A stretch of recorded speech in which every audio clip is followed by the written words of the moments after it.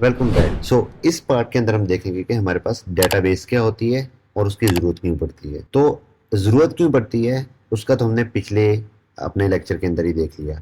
तो अगर आपने अभी तक हमारा पिछला पार्ट नहीं देखा और इसको स्टार्ट से नहीं देखा तो आप जाके फर्स्ट पार्ट से स्टार्ट कर सकते हैं एंड देन यू रियलाइज के डेटाबेस की ज़रूरत क्यों पड़ती है। अब होती क्या है उसको हम यहाँ पर डिस्कस कर लेते हैं। डेटाबेस क्या होती है? डेटाबेस एक ऑर्गेनाइज्ड कलेक्शन ऑफ डाटा है जो हमारे पास डाटा को बहुत ही ऑर्गेनाइज वे के अंदर रखने के लिए हम लोग उसको यूज़ करते हैं, डाटा को स्टोर करते हैं। अब what does that mean organized? Organize किस तरह से डाटा ये करती है? तो जो डेटाबेस होती है वो डाटा को ऑर्गेनाइज करती है in the form of entities, right? तो एंटिटी क्या होती है? Again here is a question, what is entity? तो एंटिटी कोई भी ऐसी चीज जिससे रिलेटेड हम कुछ इंफॉर्मेशन जो है वो कलेक्ट कर सकें, वो एक एंटिटी है। टेबल एक एंटिटी है, आपका लैपटॉप एक एंटिटी है, आप एक एंटिटी हो। तो आप क्या हो? एक पर्सन। तो एक पर्सन एक एंटिटी है, उसका एक नेम होता है, उसका कोई ना कोई, उसकी कोई ना कोई कंट्री होती है, कोई ना कोई सिटी होती है, उसकी कोई प्रोफेशन होता है उसका कोई। So person is an entity. हम उससे रिलेटेड डिफरेंट इंफॉर्मेशन कलेक्ट कर सकते हैं। प्रोडक्ट, प्रोडक्ट एक एंटिटी है। प्रोडक्ट डिफरेंट टाइप्स की हो सकती है, प्रोडक्ट की डिफरेंट कैटेगरीज हो सकती हैं। तो again product is an entity. तो कोई भी ऐसी चीज़ जिससे मुतल्लक हम कुछ जो इंफॉर्मेशन कलेक्ट कर सकें उसे हम एक एंटिटी कहते हैं। तो डेटाबेस एक बहुत ही ऑर्गेनाइज्ड वे के अंदर मल्टीपल जो एक सेट ऑफ डाटा होते हैं उनको डिफरेंट स्लाइसिस के अंदर according to their characteristics group करती है एंड देन उसको स्टोर कर लेती है। एंड जो बाद में उसको हम लोग जो है ना वो गेट कर सकते हैं, मॉडिफाई कर सकते हैं, जितने भी ऑपरेशन उसके ऊपर परफॉर्म करने हैं वो करवा सकते हैं। सो इन शॉर्ट डेटाबेस क्या है कि वेयर हाउस है जो डाटा को according to common characteristics store करती है डिफरेंट ग्रुप्स के अंदर। ओके, सो अब डेटाबेसेस की कितनी टाइप्स होती हैं? डेटाबेसेस की वैसे तो बहुत सारी टाइप्स हैं, लेकिन उसकी दो टाइप्स जो हैं वो कंसिडर की जाती है, सीक्वल डेटाबेसेस और नो सीक्वल डेटाबेसेस। अब सीक्वल डेटाबेसेस और नो सीक्वल डेटाबेसेस में क्या डिफरेंस है? तो उससे पहले हमें ये पता होना चाहिए कि सीक्वल डेटाबेसेस होती क्या हैं और नो सीक्वल डेटाबेसेस क्या होती हैं। सीक्वल डेटाबेसेस क्या होती हैं? सीक्वल डेटाबेसेस या एसक्यूएल डेटाबेसेस वो डेटाबेसेस होती हैं जो डाटा को in the form of relation या टेबल्स के फॉर्मेट के अंदर स्टोर करती हैं। डिफरेंट टेबल्स के फॉर्मेट के अंदर डाटा स्टोर होता है इन एसक्यूएल डेटाबेसेस। तो वो जो टेबल्स होते हैं, हर टेबल एक एंटिटी को रिप्रेजेंट कर रहा होता है। मतलब अगर प्रोडक्ट है तो प्रोडक्ट का एक टेबल होगा, देन कोई यूज़र है तो यूज़र का एक टेबल होगा, देन कोई ऑर्डर है तो ऑर्डर का एक टेबल होगा। तो ये तीन डिफरेंट चीज़ें हैं, तो इनके तीन डिफरेंट टेबल्स होंगे, देन इनके आपस में डिफरेंट रिलेशंस होंगे। रिलेशंस क्या होते हैं, कैसे होते हैं? ऑब्वियसली हम यहाँ पर जो है ये पूरा जो कोर्स है वो डाटाबेसेस से रिलेटेड नहीं है। अगर हम सिर्फ डाटाबेसेस को डिस्कस करने बैठेंगे तो उसके लिए एक बहुत लंबा कोर्स हो जाएगा। तो इन शॉर्ट आपको डाटाबेसेस का पता चल गया, एसक्यूएल डाटाबेसेस का पता चल गया। दूसरे नंबर पे आती है नो सीक्वल डाटाबेसेस या no SQL databases. No sequel databases या नो एसक्यूएल डाटाबेसेस ऐसी डाटाबेसेस होते हैं जिनमें जो डाटा होता है वो टेबल्स के फॉर्मेट के अंदर स्टोर नहीं होता, बल्कि जो डाटा होता है वो in the form of collections उन्हें कहते हैं। उनका जो टेक्निकल नेम है, उनका जो कॉन्सेप्चुअल नेम है, उन्हें कहा जाता है जो कलेक्शंस। और एक्चुअली में in the form of documents होते हैं। Documents mean in the form of objects. तो वो असल में उनकी जो रिप्रेजेंटेशन होती है it's like a object, but उनका जो टेक्निकल नेम है उन्हें डॉक्यूमेंट कहा जाता है और उनका जो कॉन्सेप्चुअल नेम है उसे हम कलेक्शंस कहते हैं। तो ये नो सीक्वल डाटाबेसेस होती हैं। Now why sequel databases and why no sequel databases? So SQL databases या सीक्वल डेटाबेसेस वहाँ पर यूज़ की जाती हैं जहाँ पर डाटा सेट जो होता है वो कंसिस्टेंट होता है, वेल डिफाइंड होता है। तो वहाँ पर एसक्यूएल डेटाबेसेस या सीक्वल डेटाबेसेस यूज़ की जाती हैं। फॉर एग्जांपल, कोई कंपनी है और उस कंपनी का डाटा स्टोर करने के लिए एक डेटाबेस बनाई जा रही है। तो उस कंपनी के डिफरेंट ऑपरेशंस होंगे जो कि कंसिस्टेंट हैं। वो एचआर के ऑपरेशन हो सकते हैं, वो जो है वो पेमेंट से रिलेटेड ऑपरेशन हो सकते हैं। तो पेमेंट का डाटा होगा, किसी जो एम्प्लॉयज़ उनकी हायरिंग हो रही है तो एम्प्लॉयज़ का डाटा होगा। तो वो बड़ा कंसिस्टेंट डाटा होता है। देन उस डाटा के बेस के ऊपर बाद में क्यूरीज करके डिफरेंट तरह की रिपोर्ट्स जनरेट की जा सकती हैं। जबकि जो नो सीक्वल डाटाबेसेस होती हैं वो ऐसा डाटा जो डायनामिक होता है, जो इनकंसिस्टेंट डाटा होता है उसको स्टोर करने के लिए यूज़ करते हैं। फॉर एग्जांपल हम कंसिडर करते हैं कोई सोशल मीडिया प्लेटफॉर्म है, फेसबुक है, लिंक्डइन है, तो यहाँ पर जो डाटा है वो बड़ा डायनामिक डाटा होता है और बहुत ज़्यादा डाटा होता है। और अगर हम कंसिडर कर लेंगे किसी ई कॉमर्स के प्लेटफॉर्म को भी, तो वहाँ पर भी जो डाटा होता है बड़ा इनकंसिस्टेंट और बहुत ही जो है ना वो ज़्यादा डाटा होता है। इनकंसिस्टेंट मीन्स के इट माइट बी पॉसिबल कुछ प्रोडक्ट्स हैं उनमें एक तरह की करेक्टरिस्टिक्स हों and there is another product उसमें कुछ और तरह की करेक्टरिस्टिक्स हों। लाइक अगर एक एक ई कॉमर्स का प्लेटफॉर्म है तो हो सकता है वहाँ पर लैपटॉप्स भी हों एंड मोबाइल भी हों एंड देन वहाँ पर शूज़ भी लगे हुए हैं। अब शूज़ की करेक्टरिस्टिक्स डिफरेंट है लैपटॉप से और लैपटॉप की करेक्टरिस्टिक डिफरेंट है मोबाइल से। सो इनमें जो डाटा है इवन के प्रोडक्ट्स हैं और यूज़र जा रहा है उसको सेम तरह के व्यू आ रहा है बट डाटा इनकंसिस्टेंट है इन टर्म्स ऑफ प्रोडक्ट। तो इस तरह के जो सिनेरियोज होते हैं वहाँ पर नो सीक्वल डाटाबेसेस को यूज़ किया जाता है। द अदर थिंग इज़ कि सीक्वल डाटाबेसेस कहाँ पर यूज़ की जाती हैं।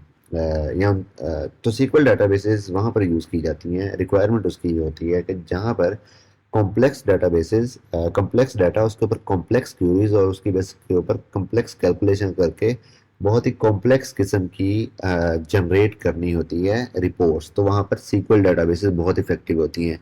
वन अदर वे जहाँ पर परफॉर्मेंस और स्केलेबिलिटी जो होती है रिक्वायरमेंट होती है वहाँ पर sequel databases sorry no sequel databases वहाँ पर बहुत ही ज़्यादा इफेक्टिव होती है क्योंकि जो नो सीक्वल डाटाबेसेस होती हैं वो फास्ट होती हैं as compare to sequel databases के। अब सीक्वल डाटाबेसेस के जो एग्जांपल हैं वो हैं पोस्टग्रेस, माई सीक्वल, एम एस सीक्वल। ये सारी की सारी जो डाटाबेसेस हैं ये सीक्वल डाटाबेसेस कहलाती हैं। जबकि मोंगोडीबी, कैसेंड्रा ये वो डाटाबेसेस हैं जिन्हें नो सीक्वल डाटाबेसेस कहा जाता है।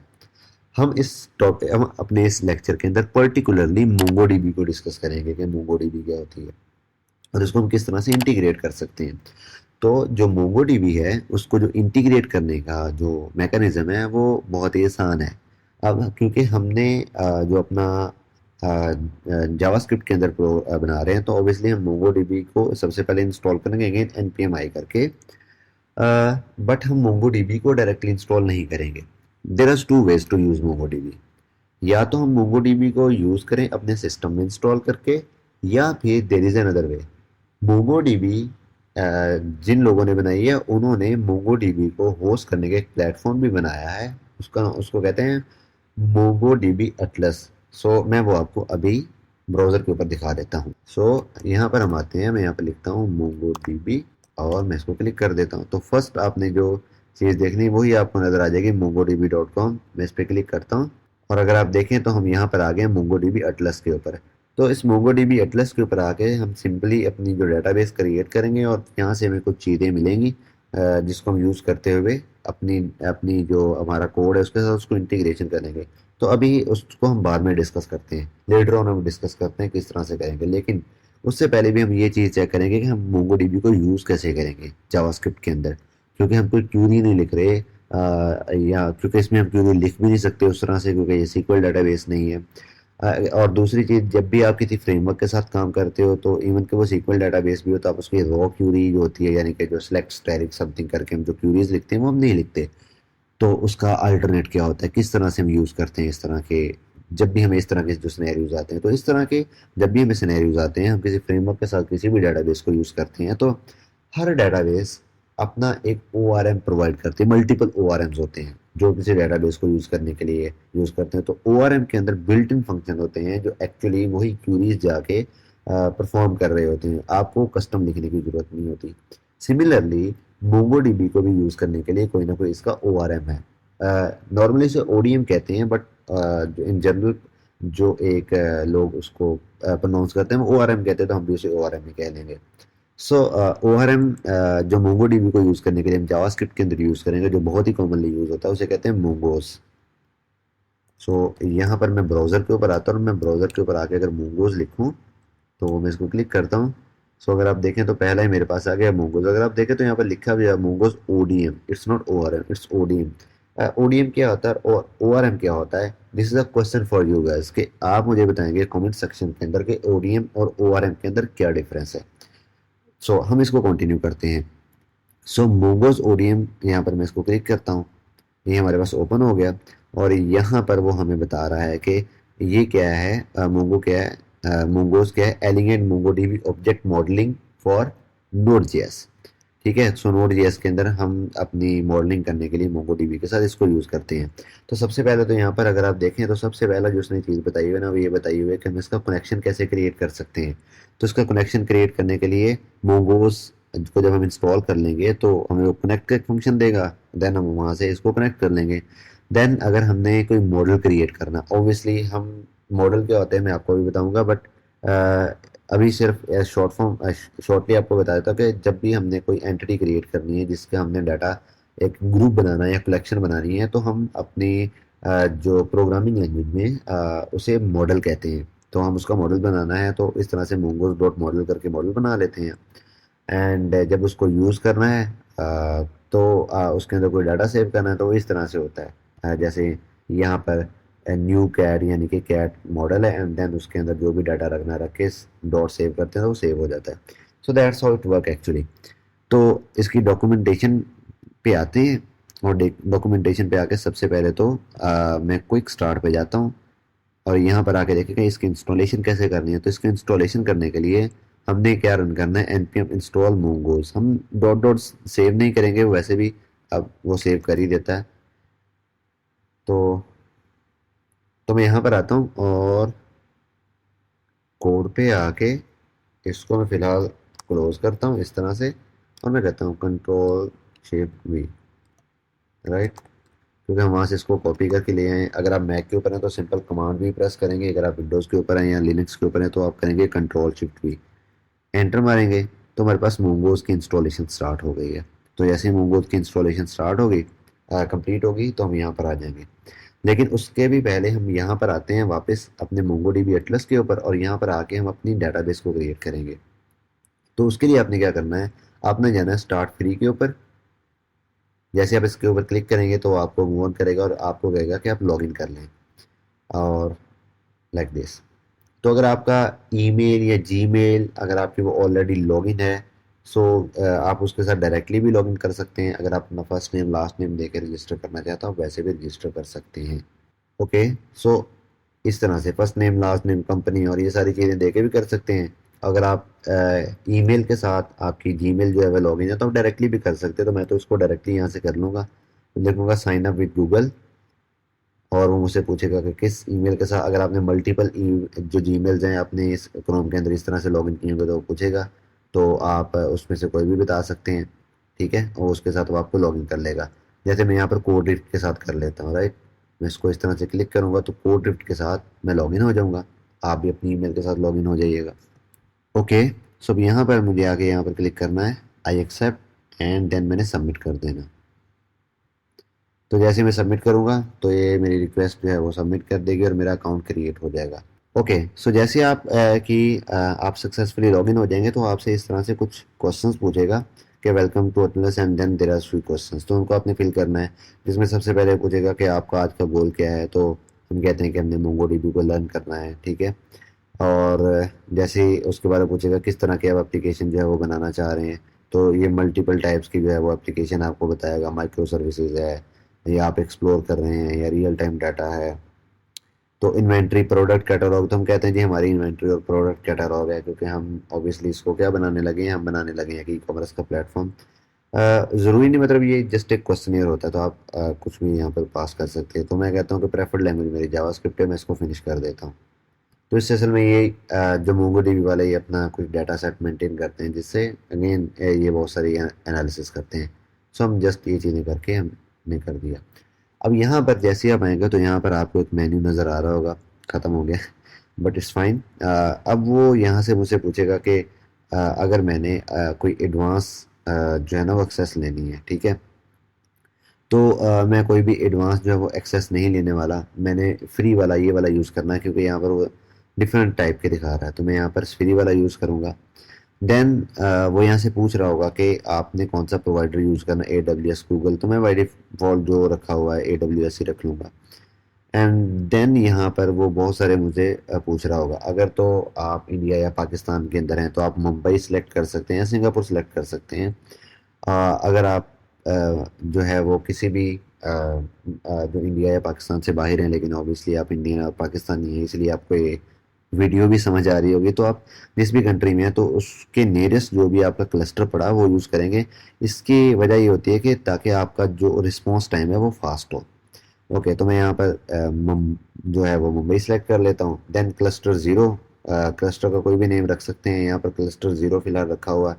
ठीक है, तो मैं यहाँ पर इसको इस तरह से क्रिएट करके कह देता हूँ रिफ्ट कॉम, राइट। मैं इसको रिफ्ट कॉम कह देता हूँ।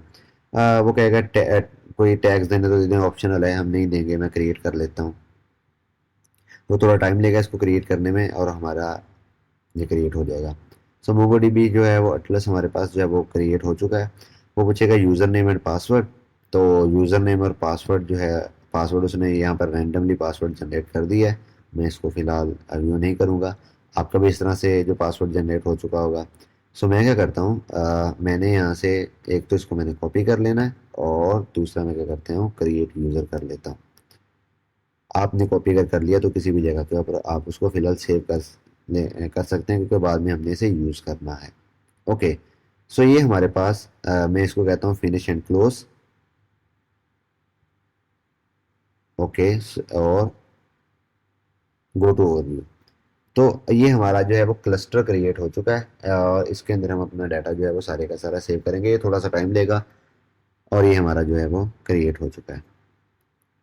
अच्छा, अब जैसे ये क्रिएट हो जाएगा तो उसके बाद हमने क्या करना है, हमने ऑब्वियसली अब इसके साथ कनेक्टिविटी करनी है अपने फ्रंट एंड की, सॉरी अपने बैक एंड की। अपना जो हम बैक एंड बना रहे हैं उसकी कनेक्टिविटी इसके साथ होगी, तभी डाटा इसके अंदर सेव होगा, तभी डाटा हम यहाँ से गेट कर सकते हैं।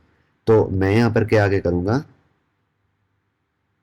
यहाँ पर आके कनेक्ट पे क्लिक करूँगा। अब वो मुझसे पूछेगा कि आपने ड्राइवर्स के साथ करना है, मतलब जो मोंगो डीबी के कोई नेटिव ड्राइवर नोड दिया इसके इस तरह के करने हैं। कंपस, अब कंपस क्या होता है, कंपस एक आप लोकली एक इंस्टॉल कर सकते हो। ये इसका एक क्लाइंट होता है मोंगो डीबी का, जो आपको दिखाता है कि आपकी मोंगो डीबी के अंदर क्या क्या चीज़ें पड़ी हुई हैं। या शेल यानी कि कमांड लाइन के अंदर आपने करना है, या Mongo dB for V S code इसके साथ आपने करना है, या फिर जो है वो अटलस एसक्यूएल, राइट। तो इनमें से हमने किसके साथ करना है।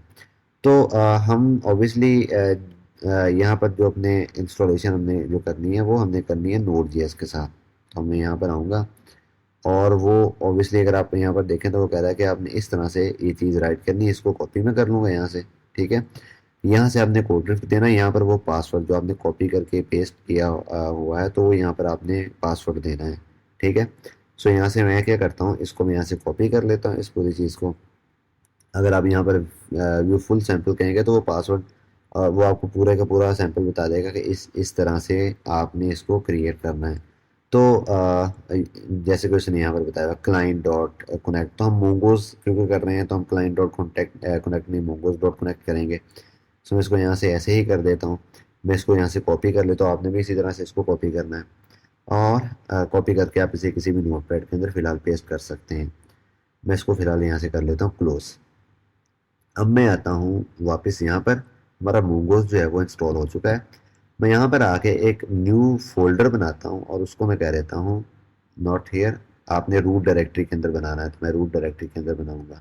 तो यहाँ पर मैं कहता हूँ डीबी, ठीक है। और इस डीबी के अंदर आके मैं कह देता हूँ, सबसे पहले तो मैं इंडेक्स की फाइल बनाता हूँ, index dot G S, right. मैं यहाँ पर क्या करूँगा, इंपोर्ट कर लूँगा मोंगोज को,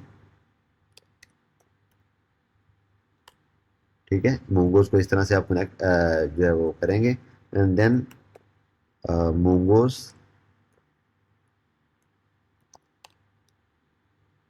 डॉट, तो मोंगोज आपको प्रोवाइड करते हैं डॉट कनेक्ट, ठीक है। इस तरह से आपने मोंगोज डॉट कनेक्ट लिखना है और कनेक्ट के अंदर यहाँ पर आपने पास कर देना है आपका जो आपने वो यूआरएल कॉपी किया है, ठीक है। और इस तरह से स्ट्रिंग फॉर्मेट के अंदर अब यहाँ पर आपका ऑब्वियसली जो भी आपका नेम होगा, अगर यहाँ पर आपने अपना वो पासवर्ड देना है, ठीक है। अभी मैं इसको इसी तरह से यहाँ पर कर रहा हूँ, लेकिन हमने इसको इस तरह से नहीं करना। हमने जब भी इस तरह का कोई काम करना होता है तो हम क्या करते हैं, ये जितने भी क्रेडेंशियल होते हैं उसे हम ई फाइल के अंदर रखते हैं, तो हम भी इसे ई फाइल के अंदर ही बाद में रखेंगे। तो अभी फिलहाल मैं इसको इसी तरह से कर लेता हूँ। ओके, तो यहाँ पर मैं इसको पास करता हूँ, कहता हूँ कॉन्स्ट डीबी इस तरह से, एंड दैट्स इट। बल्कि मैं यहाँ पर इसको ओके, अभी मैं इसको एक फंक्शन के अंदर रख लूँगा, क्योंकि है ना इसको इस तरह से नहीं, बल्कि मैं यहाँ पर फंक्शन बनाता हूँ। मैं कहता हूँ कॉन्स्ट कनेक्ट डीबी, इस तरह से करके मैं फंक्शन बनाता हूँ। और उसके बाद मैं इस फंक्शन को इस पूरी लाइन को यहाँ पर इस तरह से कर देता हूँ, लाइक दिस। ठीक है, आपको पता होगा कि आप इस तरह से अगर आल्ट या ऑप्शन का बटन प्रेस करेंगे तो ये ऊपर चला जाएगा। ये अब इसमें आ चुका है। और इसको मैं एक एरो फंक्शन के तौर पे बनाना है तो इसको इस तरह से बनाऊंगा। इसको मैं बनाऊंगा एसिंक। और एसिंक इसलिए बनाऊंगा, बताता हूँ। ये मोंगोज हमें रिटर्न करता है हमेशा एक प्रॉमिस, इस तरह से। मैं इसको करूँगा ट्राई कैच के अंदर इनक्लोज करूँगा। अगर तो सक्सेस हो जाता है तो दैट्स रियली गुड। उसके लिए मैं इसके बाद यहाँ पर कंसोल लगा दूंगा, इस तरह से console dot log successfully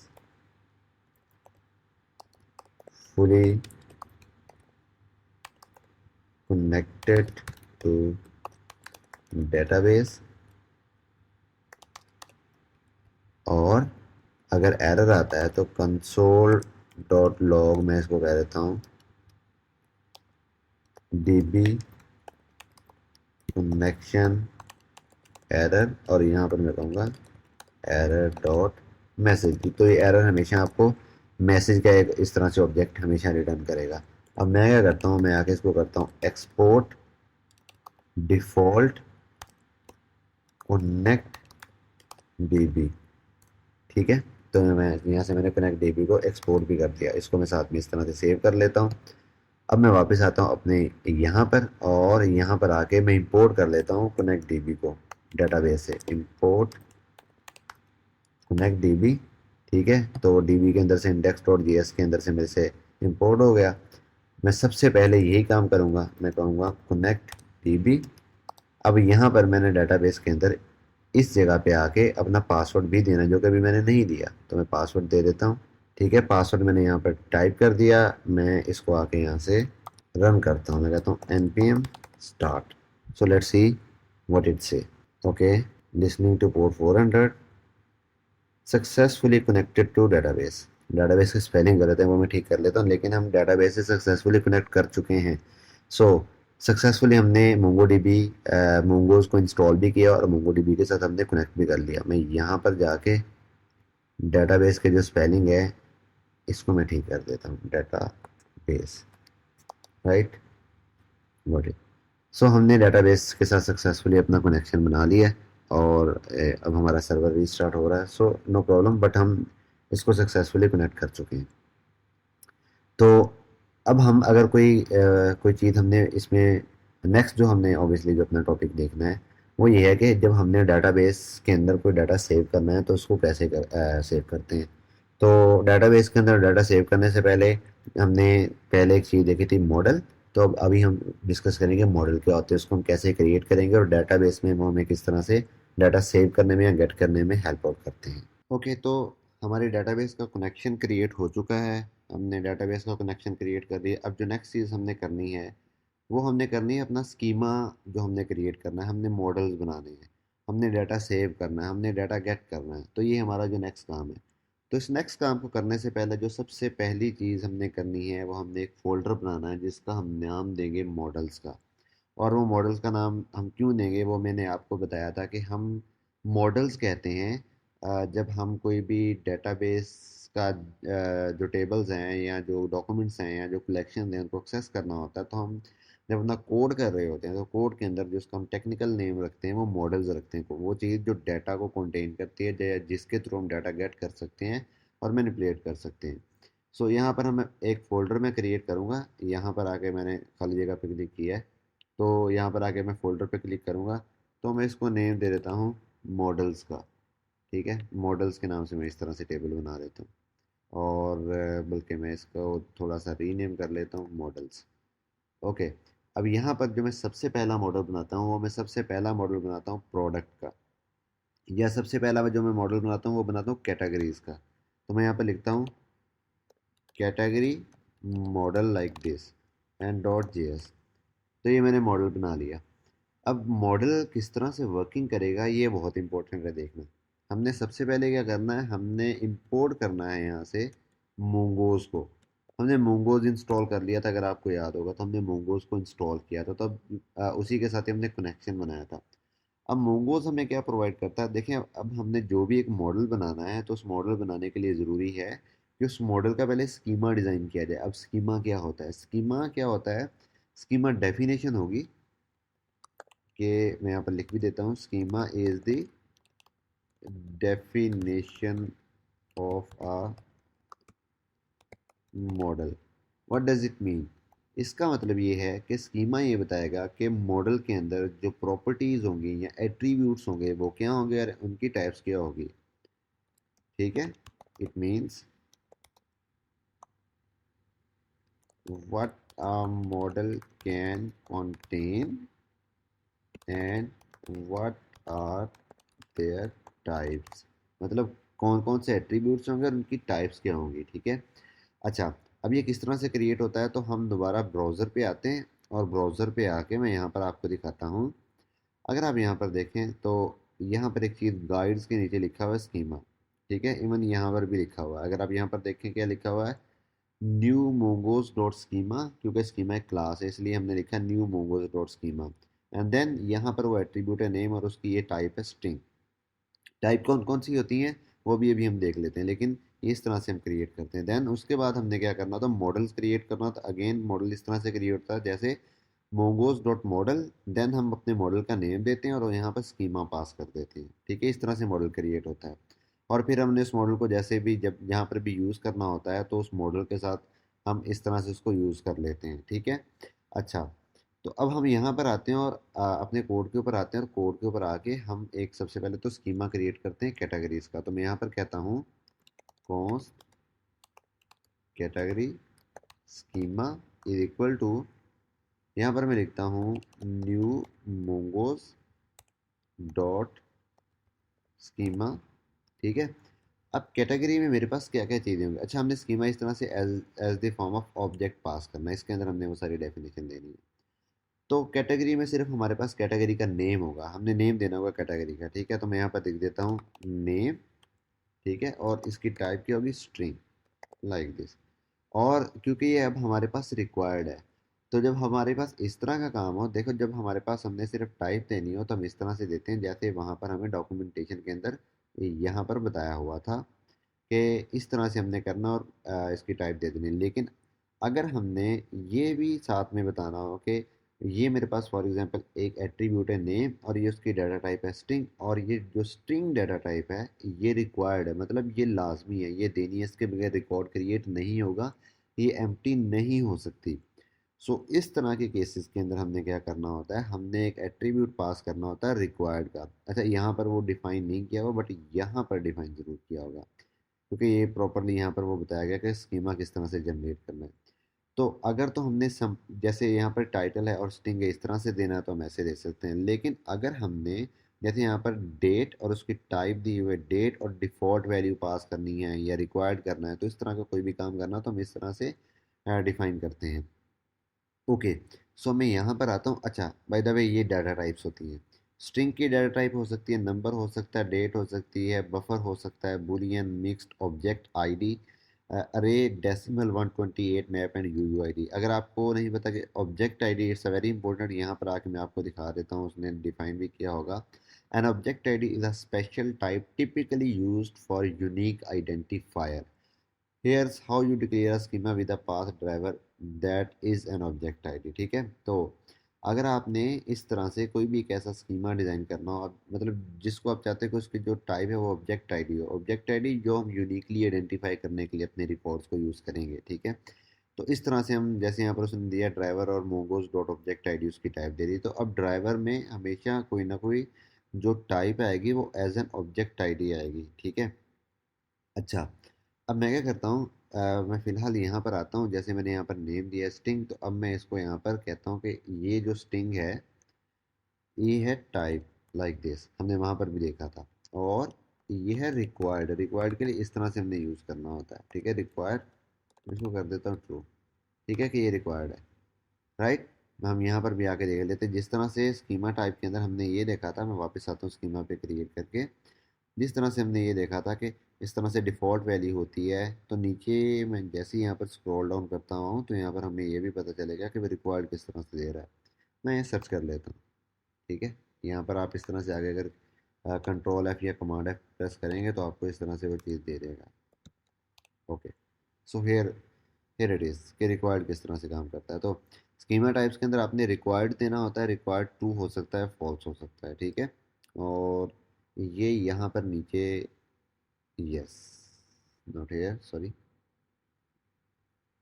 yes, यहाँ पर इस तरह से रिक्वायर्ड ट्रू मतलब नेम है, उसकी टाइप स्ट्रिंग एग्जैक्ट हम यही वाला काम कर रहे हैं। हमने हमने नाम भी नेम रखा हुआ, टाइप स्ट्रिंग रखी हुई है, और रिक्वायर्ड हमने रखा है ट्रू।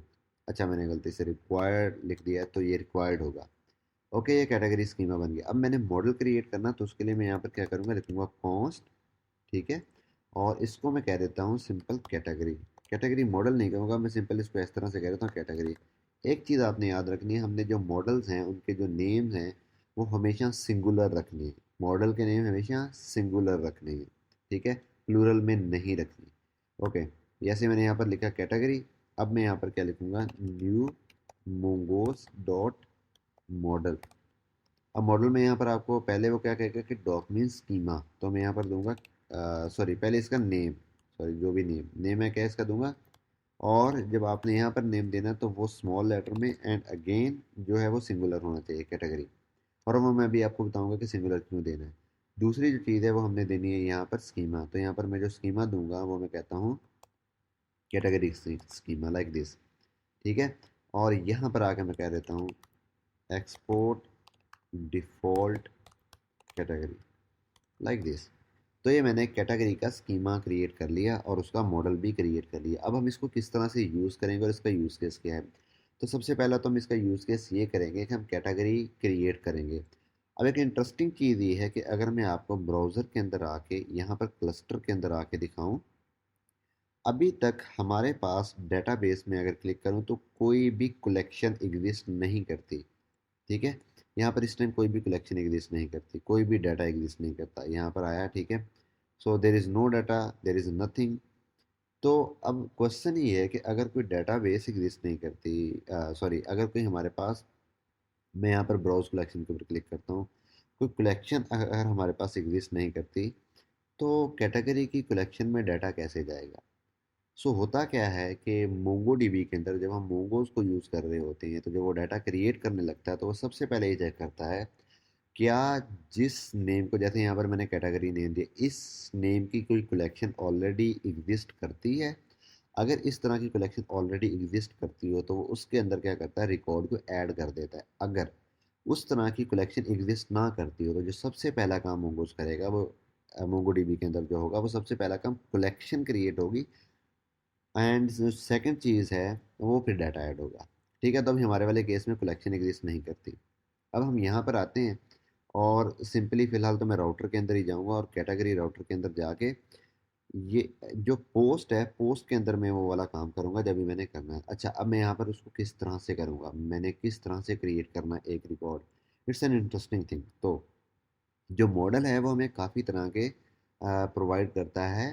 जो हमने अभी मॉडल क्रिएट किया तो वो डिफरेंट टाइप के हमारे पास फंक्शनैलिटी प्रोवाइड करता है। ठीक है, और किस किस तरह की होती है, हम उसको किस तरह से यूज़ करते हैं। सो लेट्स सी। ओके, तो यहाँ पर आके मैं बजाय इसके कि कंसोल डॉट लॉग डाटा वगैरह करवाऊँ, मैं इसको यहाँ से ख़त्म करता हूँ और यहाँ पर मैं लिखता हूँ इस तरह से कैटेगरी।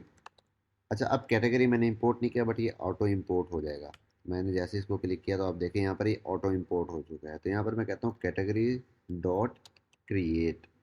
तो मॉडल जो हमारे पास होता है वो हमें प्रोवाइड करता है एक मेथड जिसे कहते हैं create, category dot create, like this. अब यहाँ पर मैं क्या करूँगा, कैटेगरी डॉट क्रिएट के अंदर मैंने क्या पास करना है, मैंने पास करना जो हमारे पास डाटा आ रहा है, और रिक्वेस्ट डॉट बॉडी के अंदर हमारे पास आ रहा होगा। ठीक है, अब रिक्वेस्ट डॉट बॉडी मैंने यहाँ पर कहा, तो यहाँ पर रिक्वेस्ट डॉट बॉडी में मुझे पता है मेरे पास क्या आ रहा होगा, डाटा आ रहा होगा। अच्छा, अब ये जो फंक्शन होता है ये एसिंक फंक्शन होता है। ठीक है, मैं यहाँ पर आपको आगे एक दफ़ा दिखा भी देता हूँ। सो ये कैटेगरी है, अगर मैं यहाँ पर आके यहाँ पर लिखता हूँ category dot like this create, okay sorry, there is one issue, वो मैं अभी इसको सेट करता हूँ। तो मैंने क्या करना है, बजाय इस मोंगोस को मैं यहाँ पर इस तरह से स्कीमा का object like this schema and model, मैं इसको मोंगोज से क्या करूँगा, इंपोर्ट करूँगा स्कीमा और मॉडल को लाइक दिस, ठीक है, क्योंकि मोंगोज मुझे ये प्रोवाइड करता है और स्कीमा का कैपिटल ही रहेगा। इसको मैं यहाँ से ख़त्म कर देता हूँ, सॉरी, लाइक दिस, ठीक है। मुझे बार बार मोंगोज मोंगोज लिखना पड़ रहा था, दैट्स वाई मैंने इसको ख़त्म किया, और उसके अलावा कोई वजह नहीं है। अब न्यू मॉडल करने की बजाय मैं यहाँ पर सिंपल इस तरह से लिखूंगा मॉडल। ये मैंने शुरू में थोड़ी सी एक गड़बड़ की थी, बट इट्स फाइन, अब ये ठीक हो चुका है, ओके। सो यहाँ पर अब हमारे पास ये इस तरह से हो गया। अब मैं क्या करता हूँ, वापस यहाँ पर आता हूँ, ओके। अब यहाँ पर आके अगेन जो मैं आपको बात बता रहा था, कैटेगरी डॉट क्रिएट, ये हमारे पास क्या होता है, एक एसिंक्रोनस फंक्शन है। तो उसको अगर हमने हैंडल करना है तो मुझे यहाँ पर आके इस फंक्शन को सबसे पहले तो एसिंक फंक्शन बनाना पड़ेगा, और उसके बाद यहाँ पर लगाना पड़ेगा अवेट, ठीक है। और उसके बाद मैं यहाँ पर लगाऊंगा ट्राई कैच। ट्राई कैच मैंने किस लिए लगाना है, मैंने ट्राई कैच लगाना ताकि अगर कोई एरर आए तो वो एरर हैंडल हो जाए। सो ये ट्राई का ब्लॉक आ गया, इसको मैं यहाँ से कॉपी करने के बजाय मैं यहाँ पर आल्ट, और अगर आप मैक के ऊपर हैं तो कमांड प्रेस करें, टॉप एरो प्रेस करें, इसके अंदर आ जाएगा। और यहाँ पर मैं कहता हूँ कैच, कैच के अंदर हमें यहाँ पर मिलेगा एरर, ठीक है। और उस एरर को हम यहाँ पर क्या कर देंगे, फिलहाल तो मैं कंसोल करवा रहा हूँ, ठीक है, बाद में बताऊँगा इसको किस तरह से हैंडल करना है। कंसोल डॉट लॉग, और यहाँ पर मैं कहता हूँ एरर, और इस एरर को यहाँ पर मैं एरर डॉट मैसेज, मैं इसको इस तरह से डिस्प्ले भी करवा देता हूँ।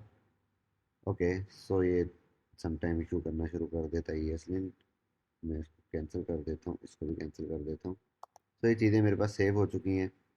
अगेन अच्छा, ये एरर इस वजह से आ रहा था क्योंकि मेरे पास ये सेव नहीं हुआ था शुरू में, कैटेगरी मॉडल ये, ठीक है। तो इसको भी मैं सेव कर लेता हूँ। So what does that mean, वो क्या कह रहा है, ओके वो कह रहा है कैटेगरी डॉट JS, ठीक है। वो कह रहा है कि उसको नहीं मिल रहा कैटेगरी, अगेन वही वाला मसला यहाँ पर हमने पहले भी देखा था।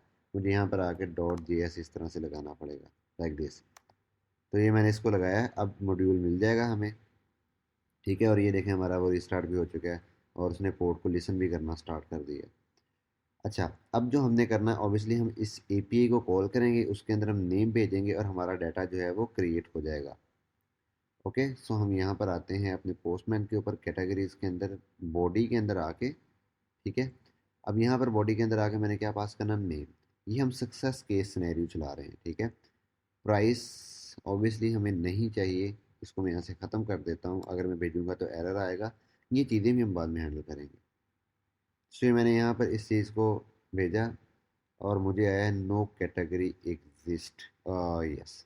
मैंने गेट की रिक्वेस्ट की थी, मुझे पोस्ट की रिक्वेस्ट करनी है इसमें, तो मैं पोस्ट की रिक्वेस्ट करता हूँ यहाँ से, और ये थोड़ा टाइम लेगा क्योंकि अब हमारा डाटा क्रिएट हो रहा है। अगर मैं यहाँ पर आपके आके आपको दिखाऊं, तो ये मेरे पास जो है वो कॉल हो चुका है, बॉडी के अंदर मेरे पास नेम आ रहा है।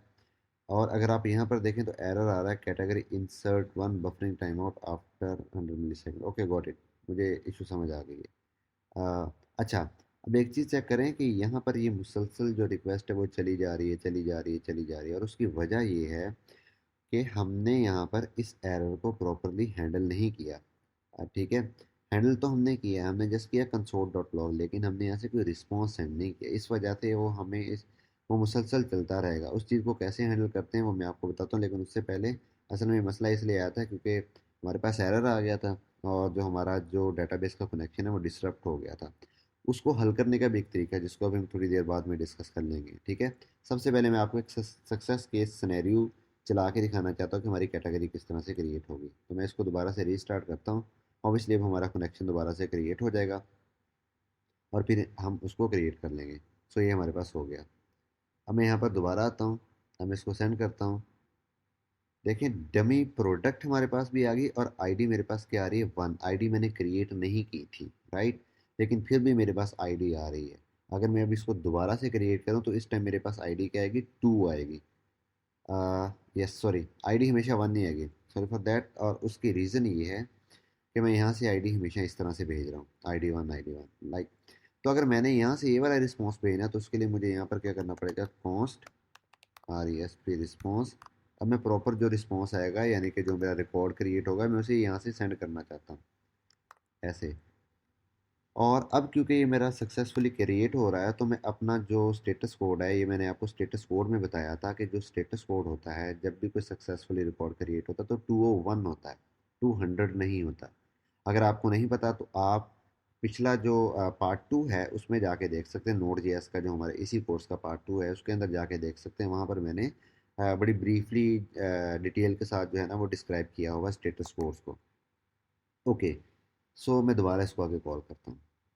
सो ये मैंने यहाँ से कॉल की, अगर आप यहाँ पर देखें तो मेरे पास डमी प्रोडक्ट्स आ रहे हैं, देन ये मेरे पास आईडी आ रही है। अब ये आईडी मेरे पास कहाँ से आ रही है, अगेन ये आईडी मेरे पास, मैंने बताया था कि स्कीमा हमारे पास मोंगो डीबी के अंदर एक टाइप ऑब्जेक्ट आईडी होती है जो यूनिकली आइडेंटिफाई करने के लिए क्रिएट होती है।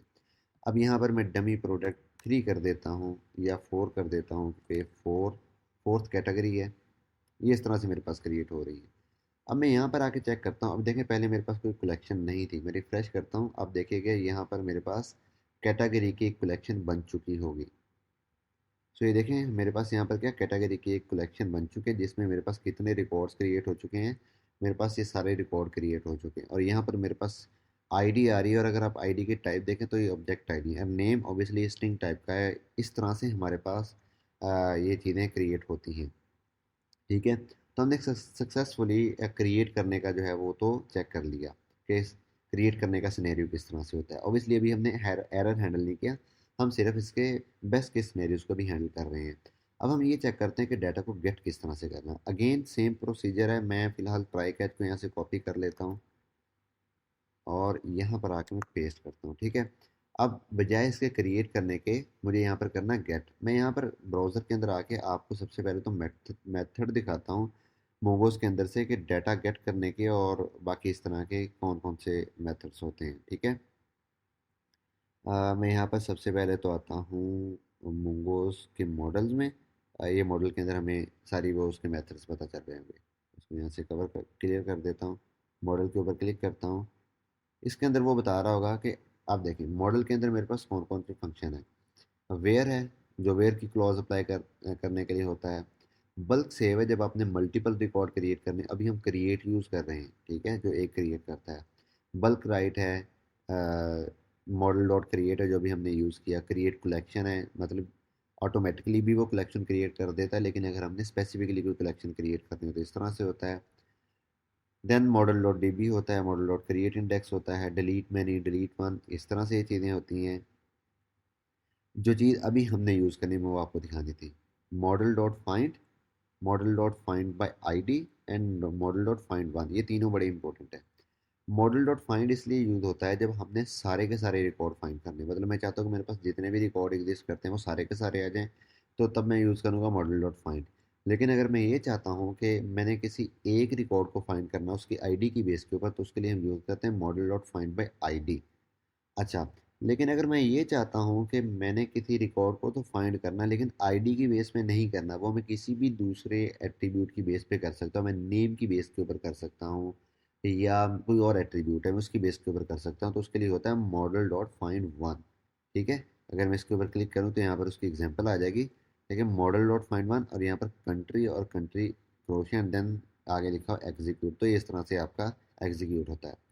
ओके, अब हमने ऑब्वियसली क्या करना है, हमने सारे रिकॉर्ड फाइंड करना है। ये गेट की जो ये वाली कमांड है ये सारे रिकॉर्ड के लिए होती है, तो मैं यहाँ पर क्या करूँगा, कैटेगरी डॉट सॉरी फाइंड, ठीक है। और यहाँ पर मैंने कुछ भी पास नहीं करना और ये रिस्पॉन्स मैंने यहाँ पर भेज देना, और यहाँ पर अब मैंने भेजना 200। मैं इसको सेव करता हूँ, सम ओके ओके गॉट इट। यहाँ पर मुझे करना है एसिंग लाइक दिस, ठीक है। अब मैं यहाँ पर आता हूँ और यहाँ पर आके मैं इसको रन करता हूँ। मोस्ट प्रोबेबली आई गेस, तो शायद एरर है डेटाबेस कनेक्शन का, क्योंकि अगेन हमने यस ओके, तो ये तो हमने पोस्ट की ऑब्वियसली कॉल करती, मैंने गेट कॉल करनी है।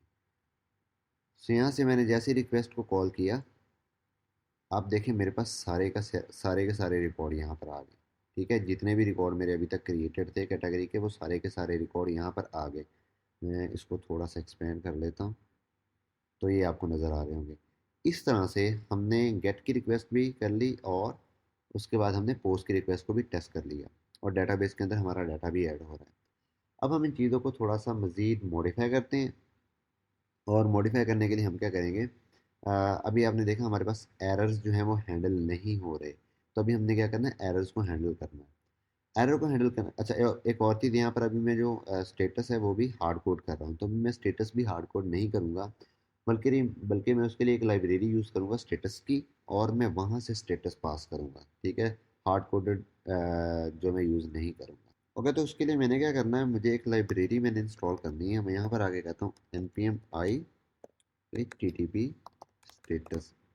ये एक लाइब्रेरी होती है जो http के जो स्टेटस होते हैं, जो हमने पार्ट 2 के अंदर डिस्कस किए थे, उनको लिए होती है। ठीक है, तो हमें हार्ड कोड नहीं करने पड़ते। मैं यहाँ पर अगर आपको आके दिखाऊं, मैं यहाँ पे दिखा भी सकता हूँ npm http, और यहाँ पर मैं कहता हूँ स्टेटस। मैं यहाँ पर आता हूँ। अच्छा, ये भी एक और भी लाइब्रेरी है H T T P status code, obviously ये नहीं मैं यूज़ कर रहा, मैं सिर्फ यूज़ कर रहा हूँ H T T P status. ठीक है, सो ये इसने यहाँ पर उसको लोड भी कर दिया। तो सबसे पहले तो मैं यहाँ पर उतनी देर में इसको यहाँ से इंपोर्ट कर लेता हूँ, इंपोर्ट, और यहाँ पर मैं कहता हूँ status from H T T P status like this. ठीक है, सो ये लाइब्रेरी मेरे पास यहाँ पर इस तरह से यूज़ हो जाएगी। और मैं यहाँ पर अगर आपको आके दिखाऊँ, तो आप देखें कि एक लाइब्रेरी है जिसके पास HTML के सारे जो हैं वो स्टेटस कोड होते हैं। ठीक है, और उसी तरह के स्टेटस कोड जो हमने पार्ट 2 के अंदर डिस्कस किए थे, उसी तरह से 100 में, देन उसके बाद 200 की क्लास, उसके बाद जो है वो 400 की। सो ये बड़े मीनिंगफुल होते हैं, मतलब इस तरह से नहीं होते कि 200 एंड इस तरह से। सो वो कोड रीडेबिलिटी जो है उसको भी इम्प्रूव करते हैं। तो मैं यहाँ पर वापस आता हूँ, और यहाँ पर आके मैं लिखता हूँ स्टेटस डॉट। अब ये हमारे पास क्या है, क्रिएट हुआ है। ठीक है, हमारे पास स्टेटस क्या हुआ, क्रिएट हुआ है। तो मैं यहाँ पर क्या लिखूँगा, क्रिएटेड। ठीक है, और अगर मैं यहाँ पर आपको हवर करके क्रिएटेड के ऊपर दिखाऊँ, तो अगर आप देखेंगे कि वहाँ पर मुझे क्या नज़र आ रहा है, 201 नज़र आ रहा होगा। ठीक है, लाइक दिस 201। ओके, इसी तरह से ऑब्वियसली यहाँ पर 201 नहीं, हमने सक्सेसफुल का देना है, क्योंकि अभी वो सक्सेसफुल हुआ है।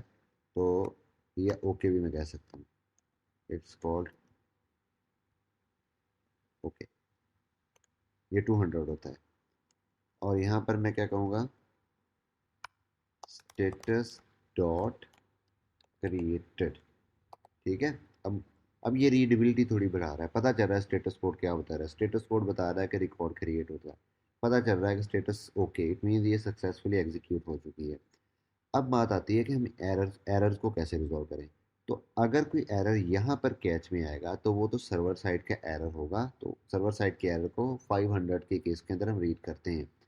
और जो डाटा से रिलेटेड एरर है, मतलब अगर मैं डाटा ही एम्प्टी भेज देता हूँ, अगर यहाँ पर आता है तो डाटा ही एम्प्टी भेज देता हूँ, तो वो भी एरर है। तो उसके लिए वैलिडेशन अप्लाई करनी पड़ती है। वैलिडेशन हम अप्लाई करेंगे, बट उसके लिए मैं एक अलग से एक मिडल वेयर बनाएंगे जो डाटा वैलिडेशन करेगी। ठीक है, हम उसको ऐसे ही इस तरह से नहीं बना देंगे। अभी हम सिर्फ सिंपल वाला एरर जो है उसको रिजॉल्व करके देखते हैं। सो यहाँ पर जब हम आएंगे, तो यहाँ पर मुझे आके लिखना पड़ेगा response dot status like this, और यहाँ पर मैं कहूँगा 5, बल्कि इस तरह से status dot internal server error. ठीक है, उसने यहाँ पर बताया भी हुआ है। अच्छा, उसने यहाँ पर ये भी बताया हुआ है कि status dot internal server error, और यहाँ पर अब हमने क्या करना, कोई मैसेज भेजना, ऑब्वियसली अगेन सेंड करेंगे।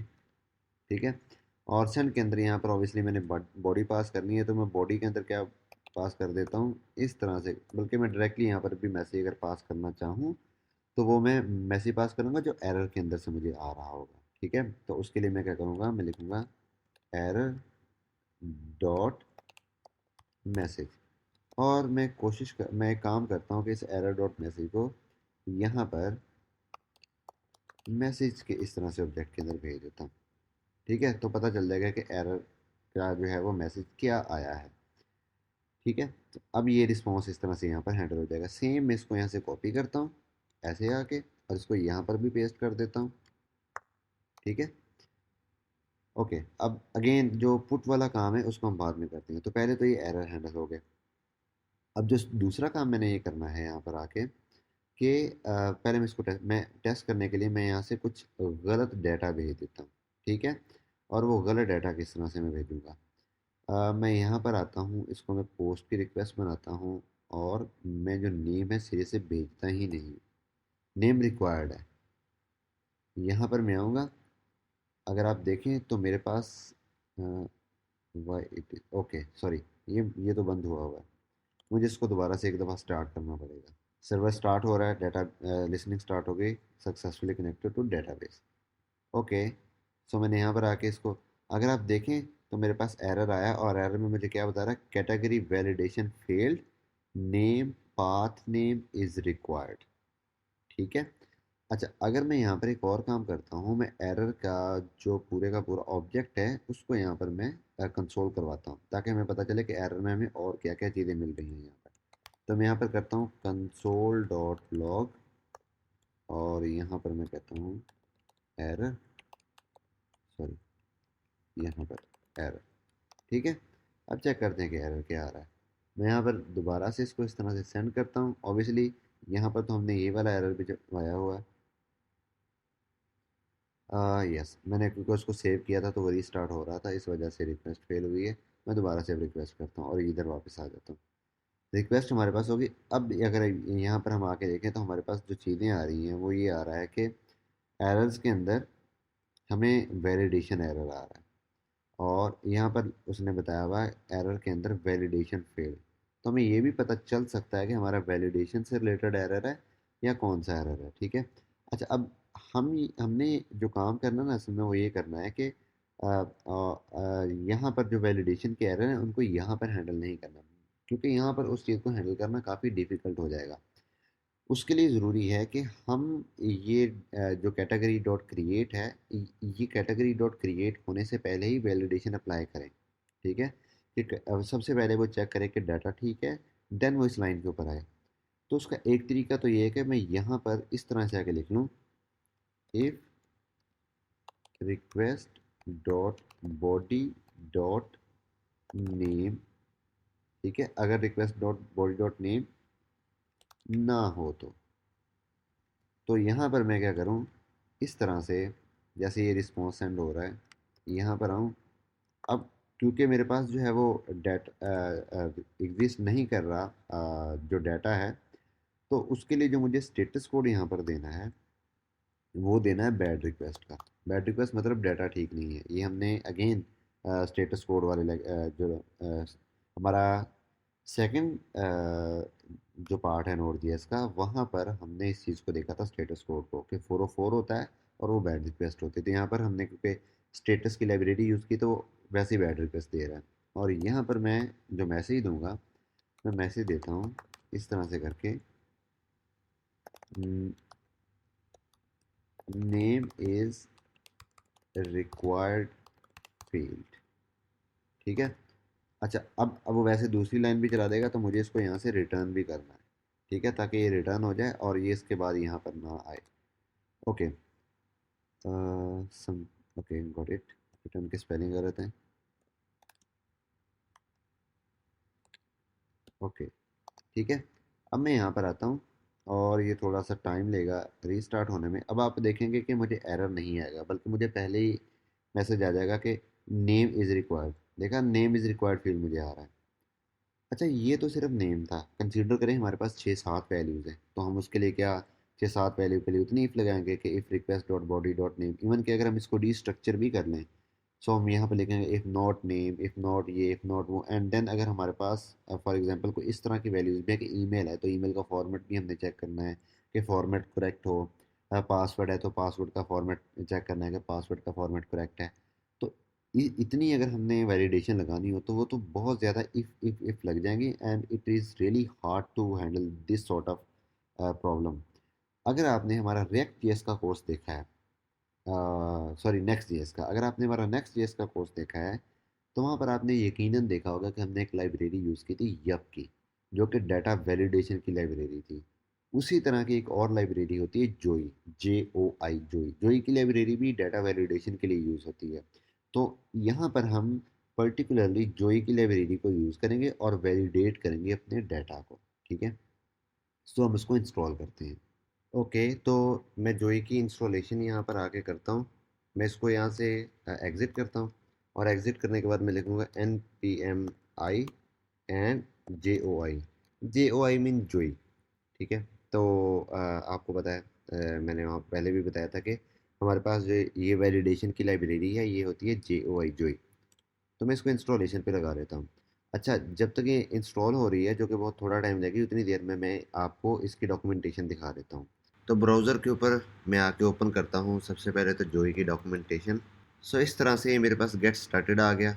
मैंने इसके ऊपर आके ऐसे क्लिक किया और अब यहाँ पर मेरे पास ये सारी जोई की जो डॉक्यूमेंटेशन आ चुकी है।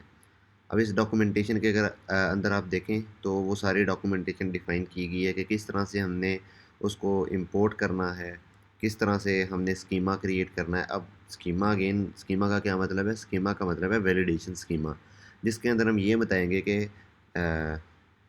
जो हमारे पास डाटा सेट आएगा उस डाटा सेट के अंदर हमारे पास कौन कौन सी वैल्यूज़ आएंगी, और मतलब ऑब्जेक्ट ऑब्वियसली अरे होगी, तो अगर ऑब्जेक्ट है तो उसमें क्या क्या कीज़ होंगी, जैसे यूज़र नेम या पासवर्ड या रिपीट पासवर्ड या एक्सेस टोकन।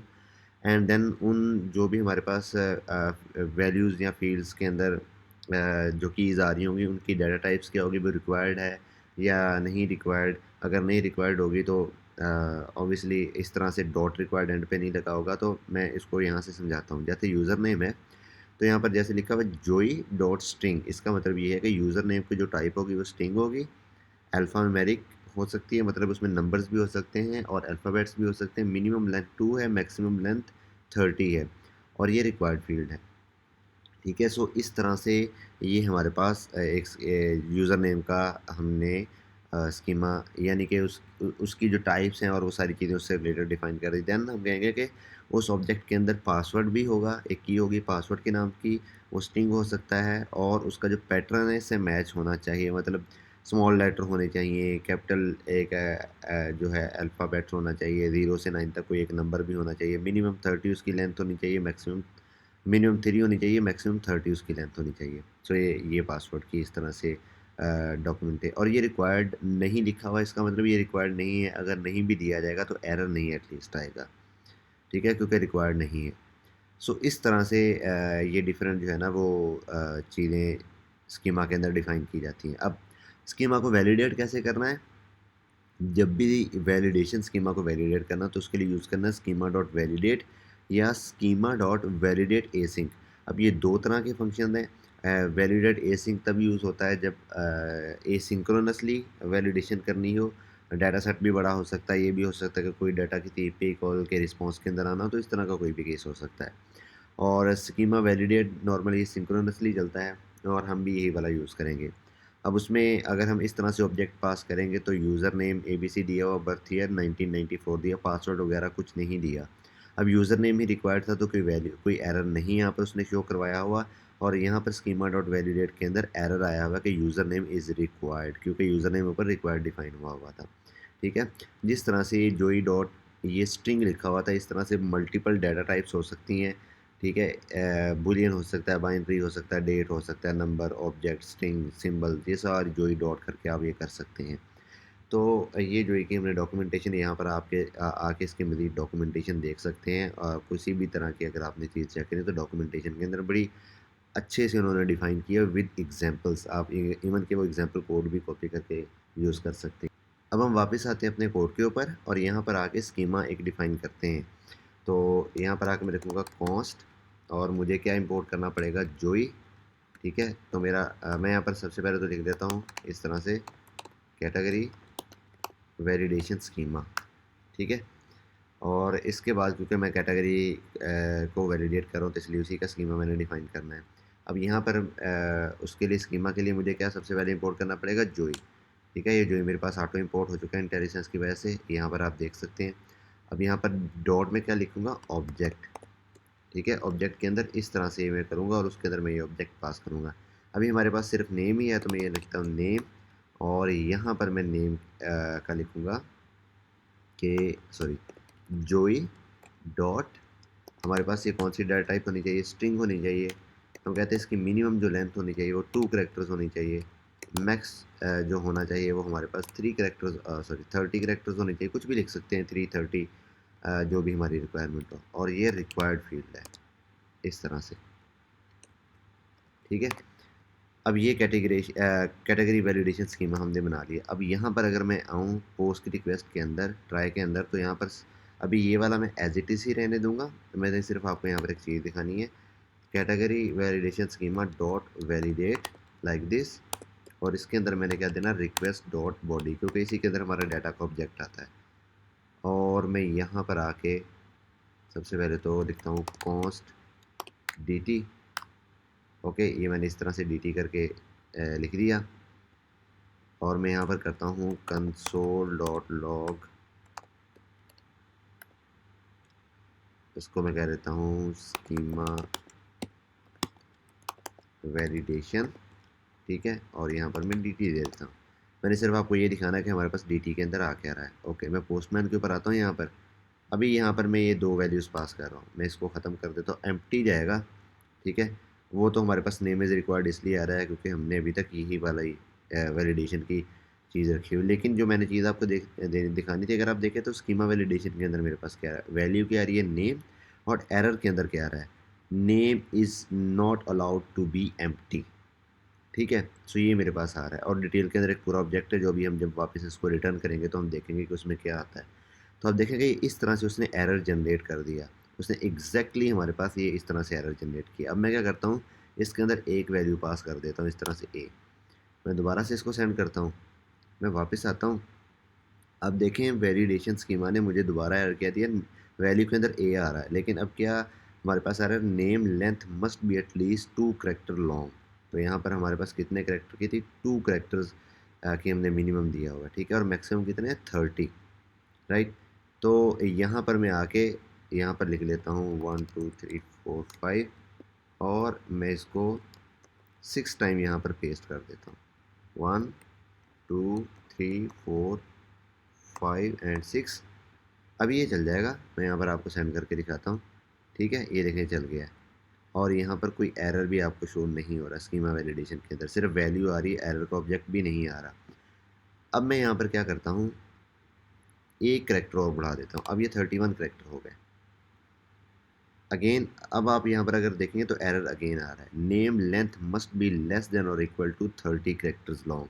ठीक है, तो आपने देखा कि हमारे पास मिन का, मैक्स का, रिक्वायर्ड का, तीनों जो तरह से हमारे पास ये कंडीशन एक ही स्कीमा ने हमारे पास ये 3 तरह के एरर्स हैंडल कर लिए। अदरवाइज़ अगर मैं इसको यहाँ पर करता जैसे अभी हम कर रहे हैं यहाँ पर, तो मुझे 3 डिफरेंट इफ़ लगानी पड़ती।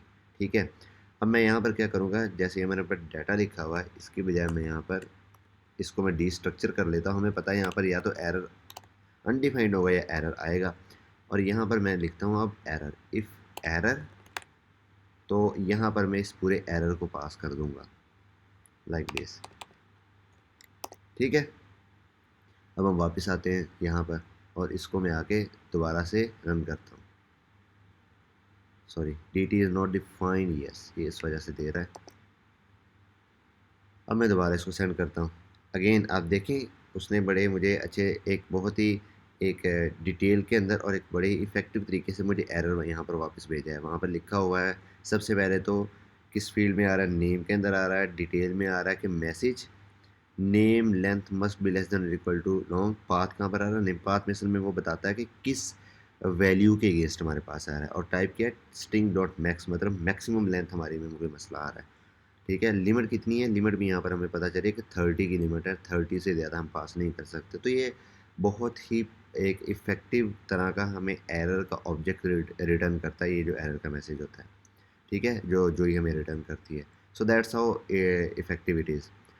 अच्छा, अब यहाँ पर एक और चीज़ अभी हम डिस्कस करेंगे। अभी हमने वैलिडेशन पास कर ली, जो नेक्स्ट चीज़ जो अभी हमने डिस्कस करनी है वो एक और इसी चीज़ का पार्ट है, जो हमारा ये एक ऑब्जेक्ट है, सॉरी जो हमारे पास ये जो कोड का पार्ट है जो हमने नेक्स्ट चीज़ डिस्कस करनी है, और वो बहुत इंपॉर्टेंट पार्ट है जब हम बात कर रहे होते हैं नोड.js या एक्सप्रेस.js के कोर्स की। तो ये बहुत इफ़ेक्टिव और जस्ट लाइक वैलिडेशन, जिस तरह से हमने अपनी वैलिडेशन को बहुत ही इम्प्रूव किया है, इसी तरह से जो सेकंड चीज़ है वो हमारे ये जो कोड मैंने इस तरह से लिखा हुआ है ना, इस कोड के लिखने के तरीके को भी बिल्कुल बदल देगी। सो जो मिडलवेयर है वो एक बहुत ही एक इम्पोर्टेंट जो है ना वो वे है आपकी रिक्वेस्ट को हैंडल करने का। अब कैसे और क्यों? तो सबसे पहले तो हम एक यहाँ पर ना एक एग्जांपल से मैं आपको बताता हूँ, समझाता हूँ। सबसे पहले तो एग्जांपल से पहले मैं कोड को आपको बताता हूँ। अब ये जो हमारा कोड है ना, अगर आप देखें तो ये वाला जो कोड का पार्ट है वो क्या कर रहा है? वैलिडेशन सिर्फ कर रहा है, डाटा को वैलिडेट कर रहा है। और ये वाला काम क्या कर रहा है? ये जो कर रहा है डाटा को सिर्फ क्रिएट कर रहा है। तो ये दोनों डिफरेंट डिफरेंट काम कर रहे हैं, ठीक है? इसका काम अलग है, इसका काम अलग है।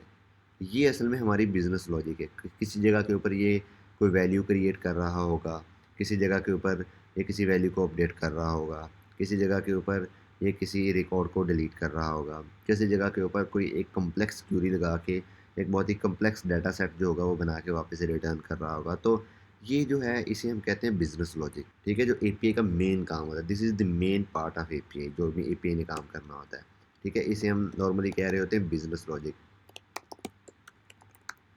और ये वाला जो पार्ट है ना, अभी इस पर्टिकुलर एपीआई के अंदर ये क्या कर रहा है? वैलिडेशन। तो ये वैलिडेशन वाला पार्ट है, ठीक है?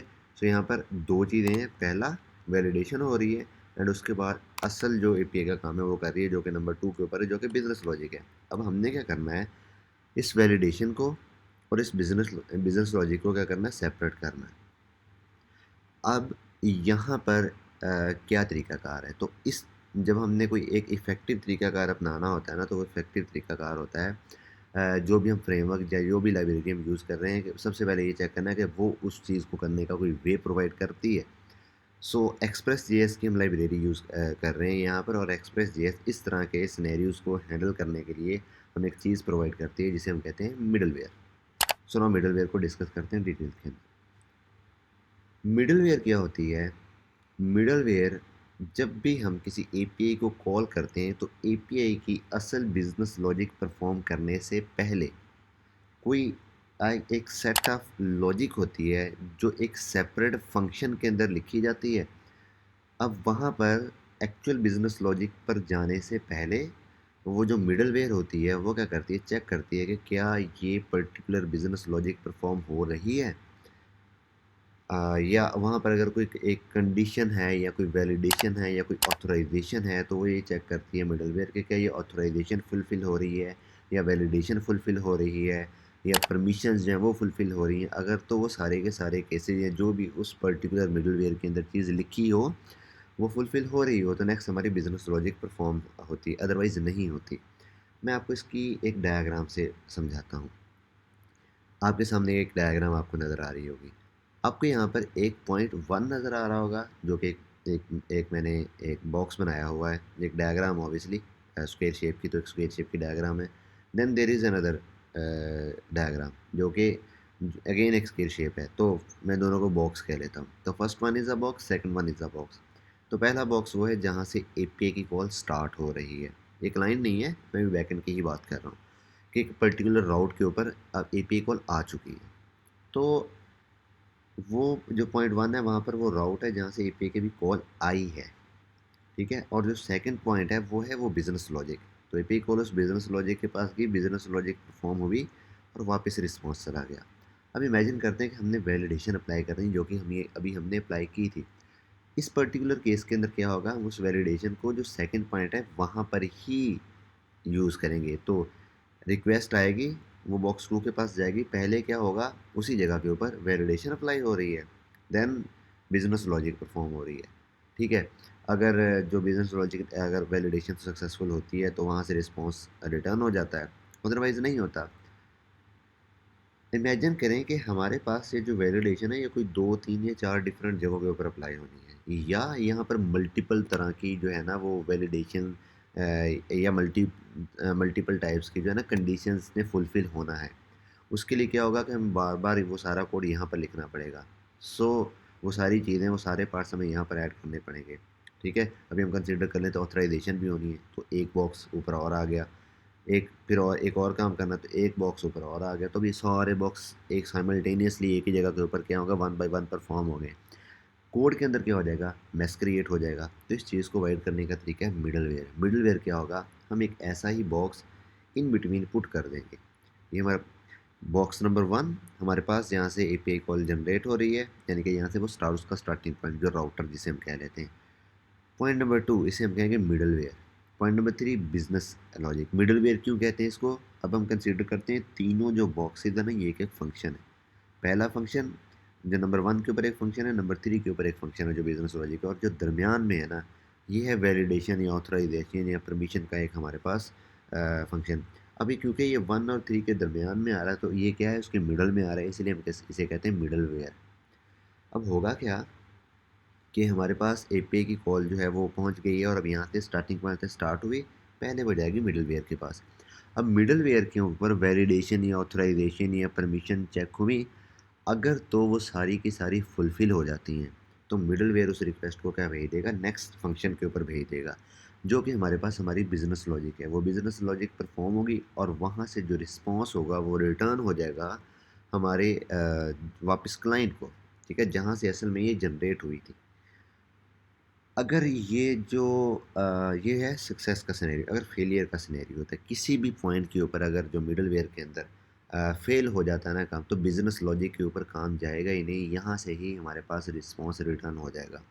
यहाँ पर हमें दो फ़ायदे होंगे। पहला, इस मिडलवेयर को मैं किसी भी जगह पे किसी भी दूसरी एपीआई के अंदर यूज़ कर सकता हूँ, क्योंकि ये रीयूजेबल कोड है। दूसरा, मैं मल्टीपल मिडलवेयर अप्लाई कर सकता हूँ, यानी कि मेरा कोड मज़ीद क्लीन हो जाएगा। नंबर थ्री, हमारी एक्चुअल बिजनेस लॉजिक जब तक सारी परमिशन, ऑथराइजेशन और वैलिडेशन अप्रूव नहीं होगी ना, तो वो हिट ही नहीं होगी। अगर कोई हैकर या कोई भी इस तरह का बंदा जो सिक्योरिटी ब्रीच करना चाहता है, तो हमारा दरमियान में मिडलवेयर तक ही आएगा। इवन कि वो वहाँ तक उस रिक्वेस्ट को इंटरसेप्ट भी कर लेता है ना, तो रिक्वेस्ट मिडलवेयर से तो आगे जा ही नहीं रही, वो एक्चुअल बिजनेस लॉजिक तक वो पहुँच ही नहीं रही, उस फंक्शन तक तो वो जा ही नहीं रही, तो उस फंक्शन के साथ छेड़खानी नहीं होगी, वो मज़ीद सिक्योर हो जाएगा। तो ये मल्टीपल जो है वो बेनिफिट्स हैं जो मिडलवेयर की होती हैं। अब वापस आते हैं कोड के ऊपर। तो यहाँ पर मैं आके क्या करूँगा, मैंने एक मिडलवेयर क्रिएट करनी है, राइट, इस चीज़ की मिडलवेयर। तो मैं उसके लिए क्या करूँगा, एक मिडलवेयर का फ़ोल्डर क्रिएट करूँगा। ठीक है, सो मैं यहाँ पर आके पहले तो यहाँ पर क्लिक कर लेता हूँ। यहाँ पर आके मैं क्लिक करूँगा और इधर मैं लिखूँगा मिडल वेयर्स, लाइक दिस। अच्छा, अभी यहाँ पर मैंने एक कंट्रोलर का फ़ोल्डर बनाया हुआ, मैं भी आपको बताऊँगा कि कंट्रोलर्स का फ़ोल्डर मैंने क्यों बनाया है और इसको क्यों यूज़ करना है। सो उसके बारे में भी बॉदर करने की ज़रूरत नहीं, मैं भी आपको बता दूँगा। अच्छा, अब यहाँ पर जो है ये मिडलवेयर हमारे पास मैंने यहाँ पर मिडलवेयर का भी फ़ोल्डर खा लिया, तो इसके अंदर मैंने क्या करना है, ये वाली सारी जो लॉजिक है मैंने इसको यहाँ पर रखना है। ठीक है, लेकिन उसके लिए तो मुझे ज़रूरी है कि ये जो कैटेगरी वैलिडेशन है ना, जो कि मैंने यहाँ पर रखी हुई, इसको भी किसी अलग फ़ोल्डर के अंदर जाके रखूँ। तो मैं एक अलग से एक और फ़ोल्डर बनाऊँगा, जिसका मैं नाम दे दूँगा इस तरह से करके वैलिडेशंस। ठीक है, और वैलिडेशन के अंदर मैं ये सारी चीज़ें यहाँ से कॉपी कर दूँगा। बल्कि इसके अंदर सबसे पहले तो मैं आके इस तरह से एक फ़ाइल बनाऊँगा index.js के नाम से, और इस index.js की फ़ाइल में पहले तो इसको कॉपी करके यहाँ पर पेस्ट कर दूँगा। अभी मुझे यहाँ पर जोई चाहिए। ठीक है, सो मैं इसको यहाँ से जोई को करता हूँ कट, क्योंकि मुझे यहाँ पर ये नहीं चाहिए होगी, और मैं इसको यहाँ पर आगे कर देता हूँ पेस्ट। ठीक है, मैं इसको कंट्रोल एस करता हूँ, मैं वापस यहाँ पर आता हूँ। अब मैंने ये कैटेगरी वैलिडेशन भी मुझे यहाँ पर नहीं चाहिए, मैं इसको ये भी यहाँ से ख़त्म कर देता हूँ। कैटेगरी वैलिडेशन यहाँ पर यूज़ हो रहा है, फिलहाल तो मैं इसको यहाँ पर इस तरह से लिखूँगा, लाइक दिस। ठीक है, ये मेरे पास ऊपर इंपोर्ट हो चुका है। मैं कर देता हूँ कंट्रोल एस, कोई एरर नहीं है, सक्सेसफुली चीज़ें चल गई। अब मैं इस पूरी लाइन को यहाँ से कॉपी करता हूँ यहाँ तक, मिडलवेयर के अंदर आके मैं एक फ़ाइल बनाऊँगा, और उसे मैं कह दे दूँ उसको मैं कह दूँगा कि हमारे पास वो कैटेगरी वैलिडेशन की फ़ाइल है। सो यहाँ पर सबसे पहले, बल्कि मैं उसको कहता हूँ data validation, data validations dot JS, बल्कि डेटा वैलिडेशंस की बजाय मैं कहूँगा data validation, sorry, data validation. ठीक है, अच्छा, अब मैंने यहाँ पर क्या करना है, मैंने यहाँ पर आके एक फंक्शन बनाना है। मैं कहता हूँ एक्सपोर्ट कॉस्ट। ठीक है, अब हम किस चीज़ को, क्या चीज़ वैलिडेट करें, हम कैटेगरी का जो डाटा है उसको वैलिडेट कर रहे हैं। ठीक है, तो उसके लिए मैं उस फंक्शन का नेम लिखता हूँ कैटेगरी वैलिडेशन। ठीक है, यहाँ पर हमारे पास आ जाएगी request, then response, and then एक और चीज़ आएगी नेक्स्ट। अगर आपको नहीं पता कि ये नेक्स्ट क्या चीज़ है, कहाँ से आया है, तो आप अगेन हमारा जो फर्स्ट पार्ट है वहाँ पर जाके अगर देखेंगे, सेकंड पार्ट शुरू से जाके देखेंगे, तो मैं एक्सप्रेस जेएस को यहाँ पर डिफाइन कर रहा हूँ। तो वहाँ पर मैंने नेक्स्ट बताया है कि नेक्स्ट का फंक्शन मैंने वहाँ पर बताया कि मिडल वेयर्स के लिए यूज़ होता है। अभी मैं आपको करके भी दिखाऊंगा कि इसका मतलब क्या है। ठीक है, तो अभी मैंने यहाँ पर लिख दिया। ये बस ये याद रखें कि नेक्स्ट जो है, जिस तरह से रिक्वेस्ट और रिस्पॉन्स एपीआई में देती है, उस तरह से नेक्स्ट का फंक्शन भी हमें वहाँ से मिल जाता है। अच्छा, अब यहाँ पर मैं आके अगेन ये मैंने यहाँ से कॉपी कर लिया, और मैं यहाँ पर आता हूँ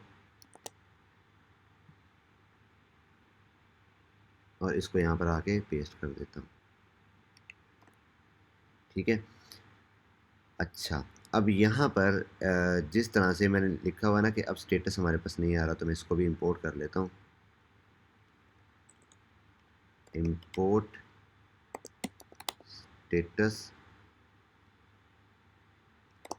फ्रॉम HTTP स्टेटस। ठीक है, और दूसरी जो चीज़ है वो कैटेगरी वैलिडेशन स्कीमा भी हमने इंपोर्ट करना है। तो मैं लिखता हूँ category validation schema like this. ये भी मैंने यहाँ पर इंपोर्ट कर लिया। Okay, so yes, category validation schema आ गया। इसको मैं यहाँ से ख़त्म कर देता हूँ। अब कंसीडर करते हैं। ओके, अभी मैं यहाँ पर इसको सिर्फ लिखा है, अभी मैं नेक्स्ट को यूज़ नहीं कर रहा। मैं बताऊँगा नेक्स्ट कहाँ पर और कैसे यूज़ करना है। मैं वापस आता हूँ। अब ये मिडलवेयर किस तरह, ये मैंने मिडलवेयर बना लिया। अब इसको अप्लाई कैसे करना है, मैं यहाँ पर आऊँगा। अब यहाँ पर मैं इस चीज़ को ख़त्म कर देता हूँ। हमने कहा था ना मिडलवेयर यूज़ करेंगे, तो मैं इस लॉजिक को यहाँ से ख़त्म करता हूँ। और यहाँ पर मैंने लिखा हुआ ना कैटेगरी राउटर डॉट पोस्ट, और उसके बाद ये फॉरवर्ड स्लैश। मैंने कहा था फर्स्ट जो आपको बॉक्स देखा था, तो फर्स्ट जो बॉक्स था, स्टार्टिंग पॉइंट था हमारे पास, वो ये है। सेकंड जो था वो क्या था, जहाँ पर मैंने मिडलवेयर में दिखाया था, तो सेकंड जो बॉक्स था वो था मिडलवेयर। तो मिडलवेयर कहाँ पर अप्लाई होगी, यहाँ पर। और थर्ड बॉक्स था वो बिजनेस लॉजिक का फंक्शन था असल में एक्चुअली। तो ये है वो हमारी एक्चुअल बिजनेस लॉजिक का फंक्शन। ठीक है, तो थर्ड पे ये रहेगा। सो अभी मैं यहाँ पर वो मैंने वैलिडेशन अप्लाई करनी है। तो हमने क्या नाम रखा था, category validation. Category validation, yes, category validation. मैंने इसको एक्सपोर्ट किया हुआ है। मैं बल्कि इसको यहाँ पर आके इस तरह से इंपोर्ट कर लेता हूँ। इसको मैं यहाँ से ख़त्म कर देता हूँ। मैं कहता हूँ इंपोर्ट कैटेगरी,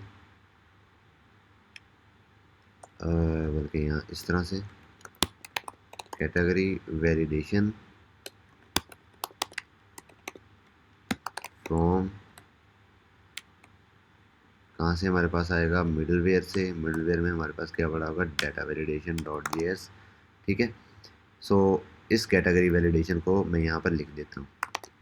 ये हमारे पास मिडलवेयर अप्लाई हो गई कैटेगरी वैलिडेशन की। इशू क्या आ रहा है, ओके, सो ओके, मैं यहाँ पर आता हूँ कैटेगरी वैलिडेशन के अंदर।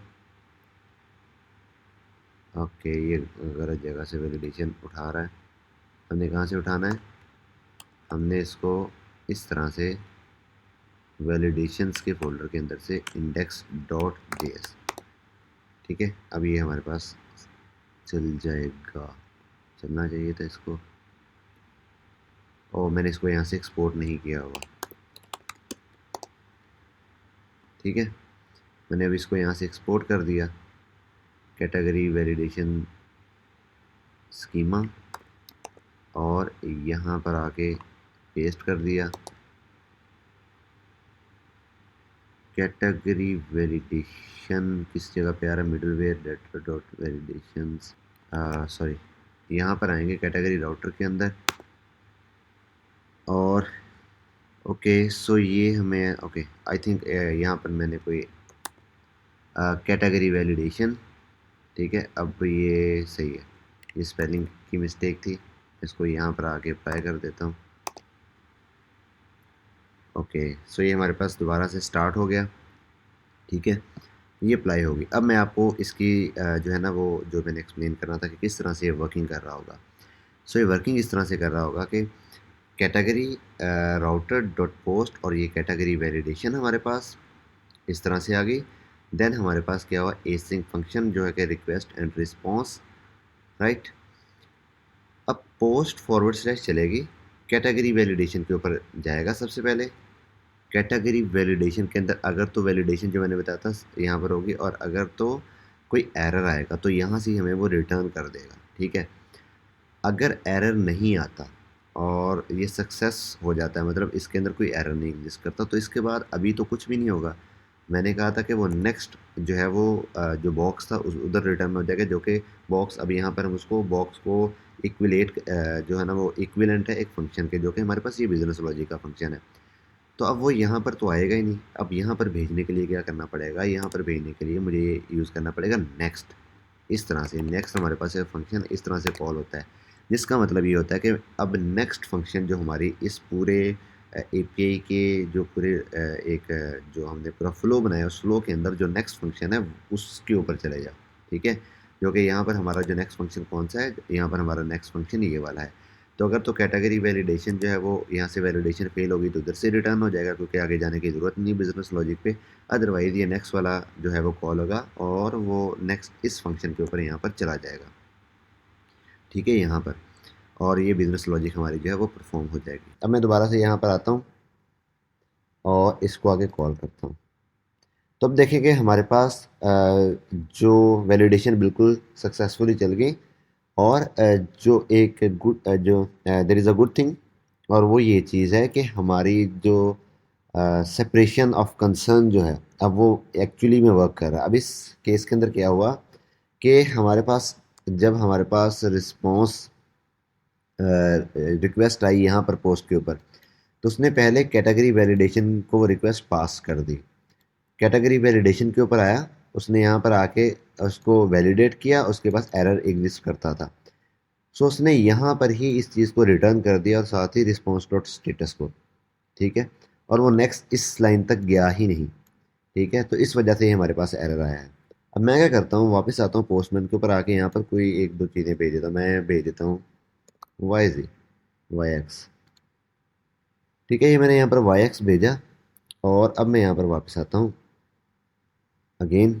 अब यहाँ पर चेक करें, अब क्या हुआ, कैटेगरी वैलिडेशन के ऊपर जब वो आया उसके पास कोई एरर नहीं आया था। अब एरर नहीं आया था तो ये इफ़ वाली कंडीशन नहीं चली, तो ये हमारा नेक्स्ट वाला फंक्शन चला। नेक्स्ट वाला फंक्शन क्या करेगा, नेक्स्ट वाला फंक्शन अगेन जब कैटेगरी वैलिडेशन सक्सेसफुली एग्जीक्यूट होगी नेक्स्ट, उसको नेक्स्ट फंक्शन पे ले जाएगा, जो कि हमारा ये वाला फंक्शन है बिजनेस लॉजिक। तो यहाँ पर हमारी जो है वो क्रिएट हुआ और हमें एक रिस्पॉन्स मिल गया जो सक्सेसफुल रिस्पॉन्स था। ओके, तो यूनिकनेस के लिए भी अगेन हम एक मिडलवेयर बनाएंगे। मैं यहाँ पर आके मिडलवेयर के ऊपर क्लिक करता हूँ, न्यू फाइल, और इसको मैं कह देता हूँ इस तरह से db validation डॉट js। ठीक है, अब यहाँ पर आके अगेन मैं ये चेक करूँगा कि मेरे पास जो ऑलरेडी अगर एग्जिस्ट कर दी होगी उस नेम से, मतलब कि अगर मेरे पास, मैं नेम यहाँ से पास करूँगा और मैं चेक करूँगा कि अगर उस नेम के अगेंस्ट कोई भी एक कैटेगरी एग्जिस्ट कर रही होगी तो मैं ये भेज दूँगा। अगेन मैं एक एरर रेज कर दूँगा, और मैं एरर वहाँ पर ये होगा कि हमारे पास ऑलरेडी जो डाटा है वो एग्जिस्ट कर रहा है, मतलब कैटेगरी ऑलरेडी एग्जिस्ट, इस तरह की एरर।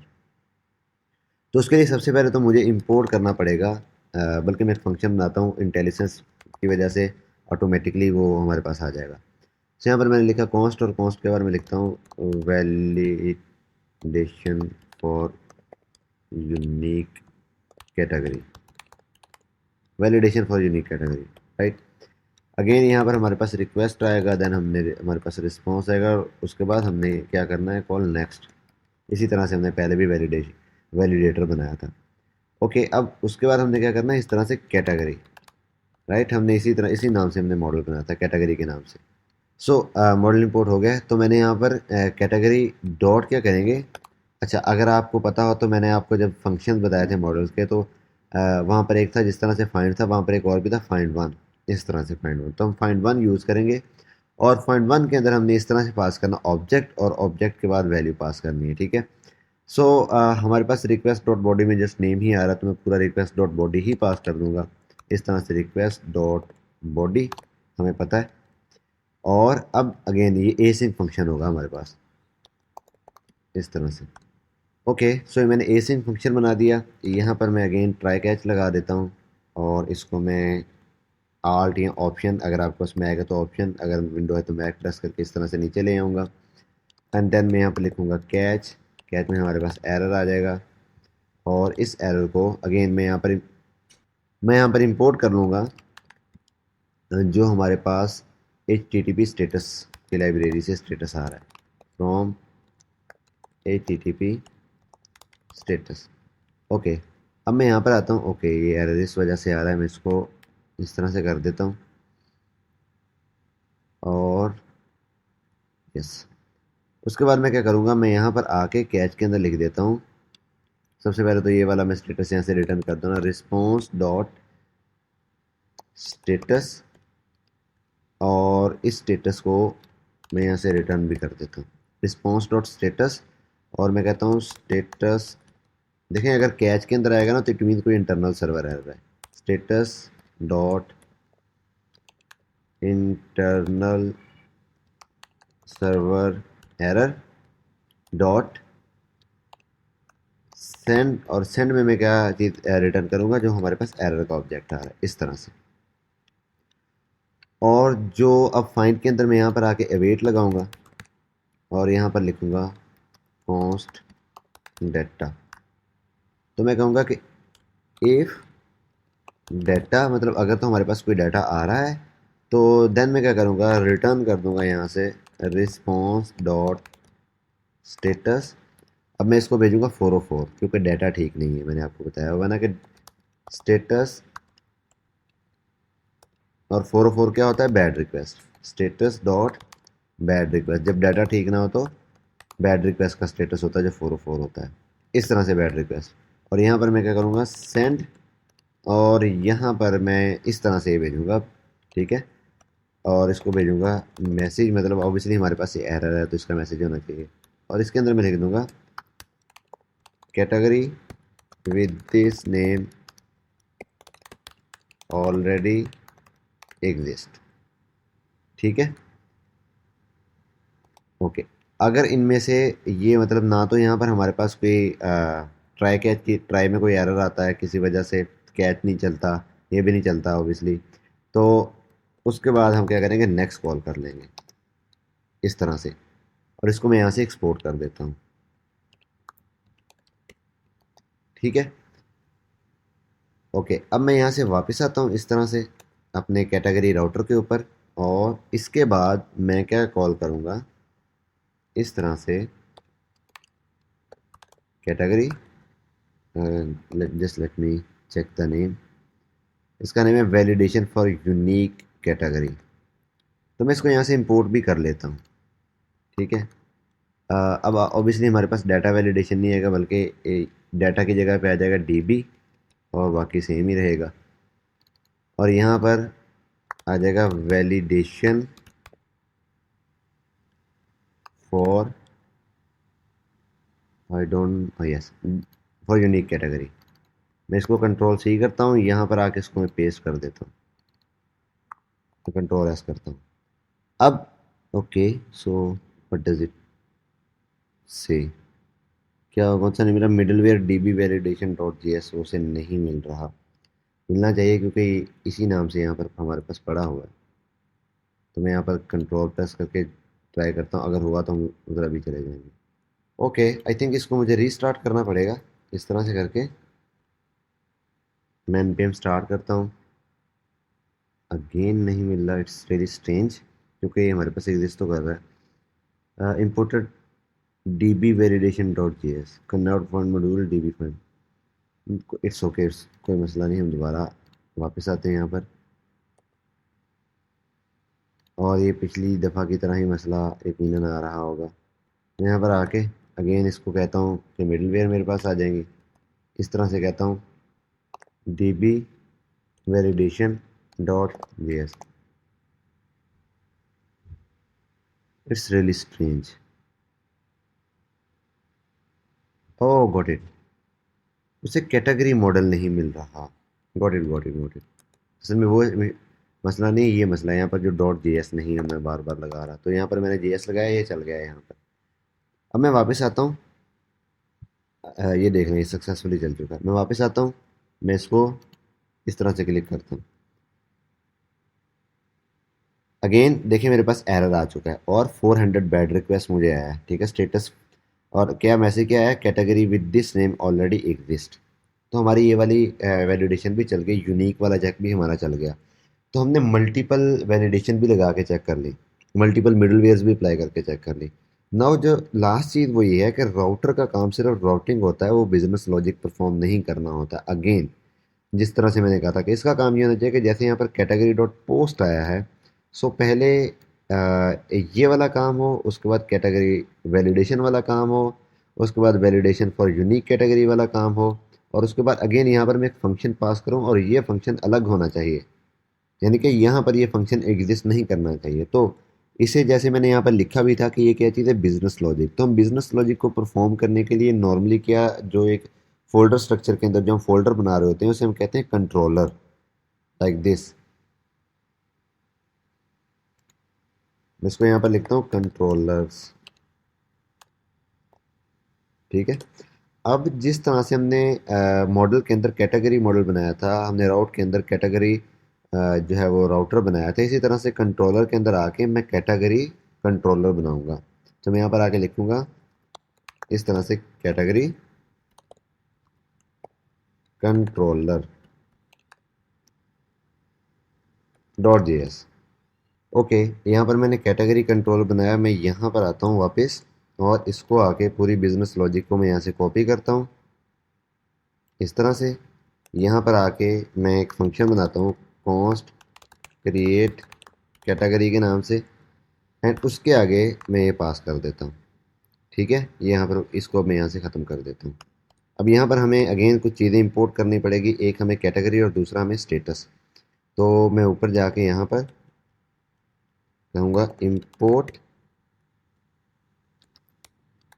बल्कि मैं अगर इसको इस तरह से टाइप करूँगा ना तो ऑटो इंपोर्ट हो जाएगी, बल्कि मैं कर ही लेता हूँ। मैं लिखता हूँ इंपोर्ट, और उसके बाद क्योंकि हमने कैटेगरी यहाँ से, अगर आप यहाँ पर आके देखें तो मैंने इसको क्या किया हुआ है, sorry not from here, here मैंने इसको डिफ़ॉल्ट एक्सपोर्ट किया हुआ है, ठीक है। तो मैं इसको एज इट इज़ यहाँ पर लिख सकता हूँ, सॉरी नॉट हेयर, अगेन इस जगह पे। तो मैं यहाँ पे लिखता हूँ कैटेगरी फ्रॉम, अगेन इस तरह से पास करेंगे। अब हमने किस में जाना, मॉडल्स में। फिर उसके बाद हमने किस में जाना है, कैटेगरी मॉडल के अंदर जो हमारे पास एग्जिस्ट करता है। तो मैं यहाँ पर लिखूँगा category, sorry not category model dot J S. और दूसरी चीज़ जो हमने इंपोर्ट करनी है वो करनी है status, import status from HTTP status, like this, ठीक है। और इसको मैं यहाँ से क्या कर दूंगा, एक्सपोर्ट कर दूंगा लाइक दिस। ओके, सो ये हमने क्रिएट कैटेगरी का एक जो फंक्शन बना लिया हमने कैटेगरी कंट्रोलर के अंदर, इसको हमने एक्सपोर्ट भी कर दिया। अब मैं यहाँ पर आऊँगा और यहाँ पर आके कहूँगा इंपोर्ट,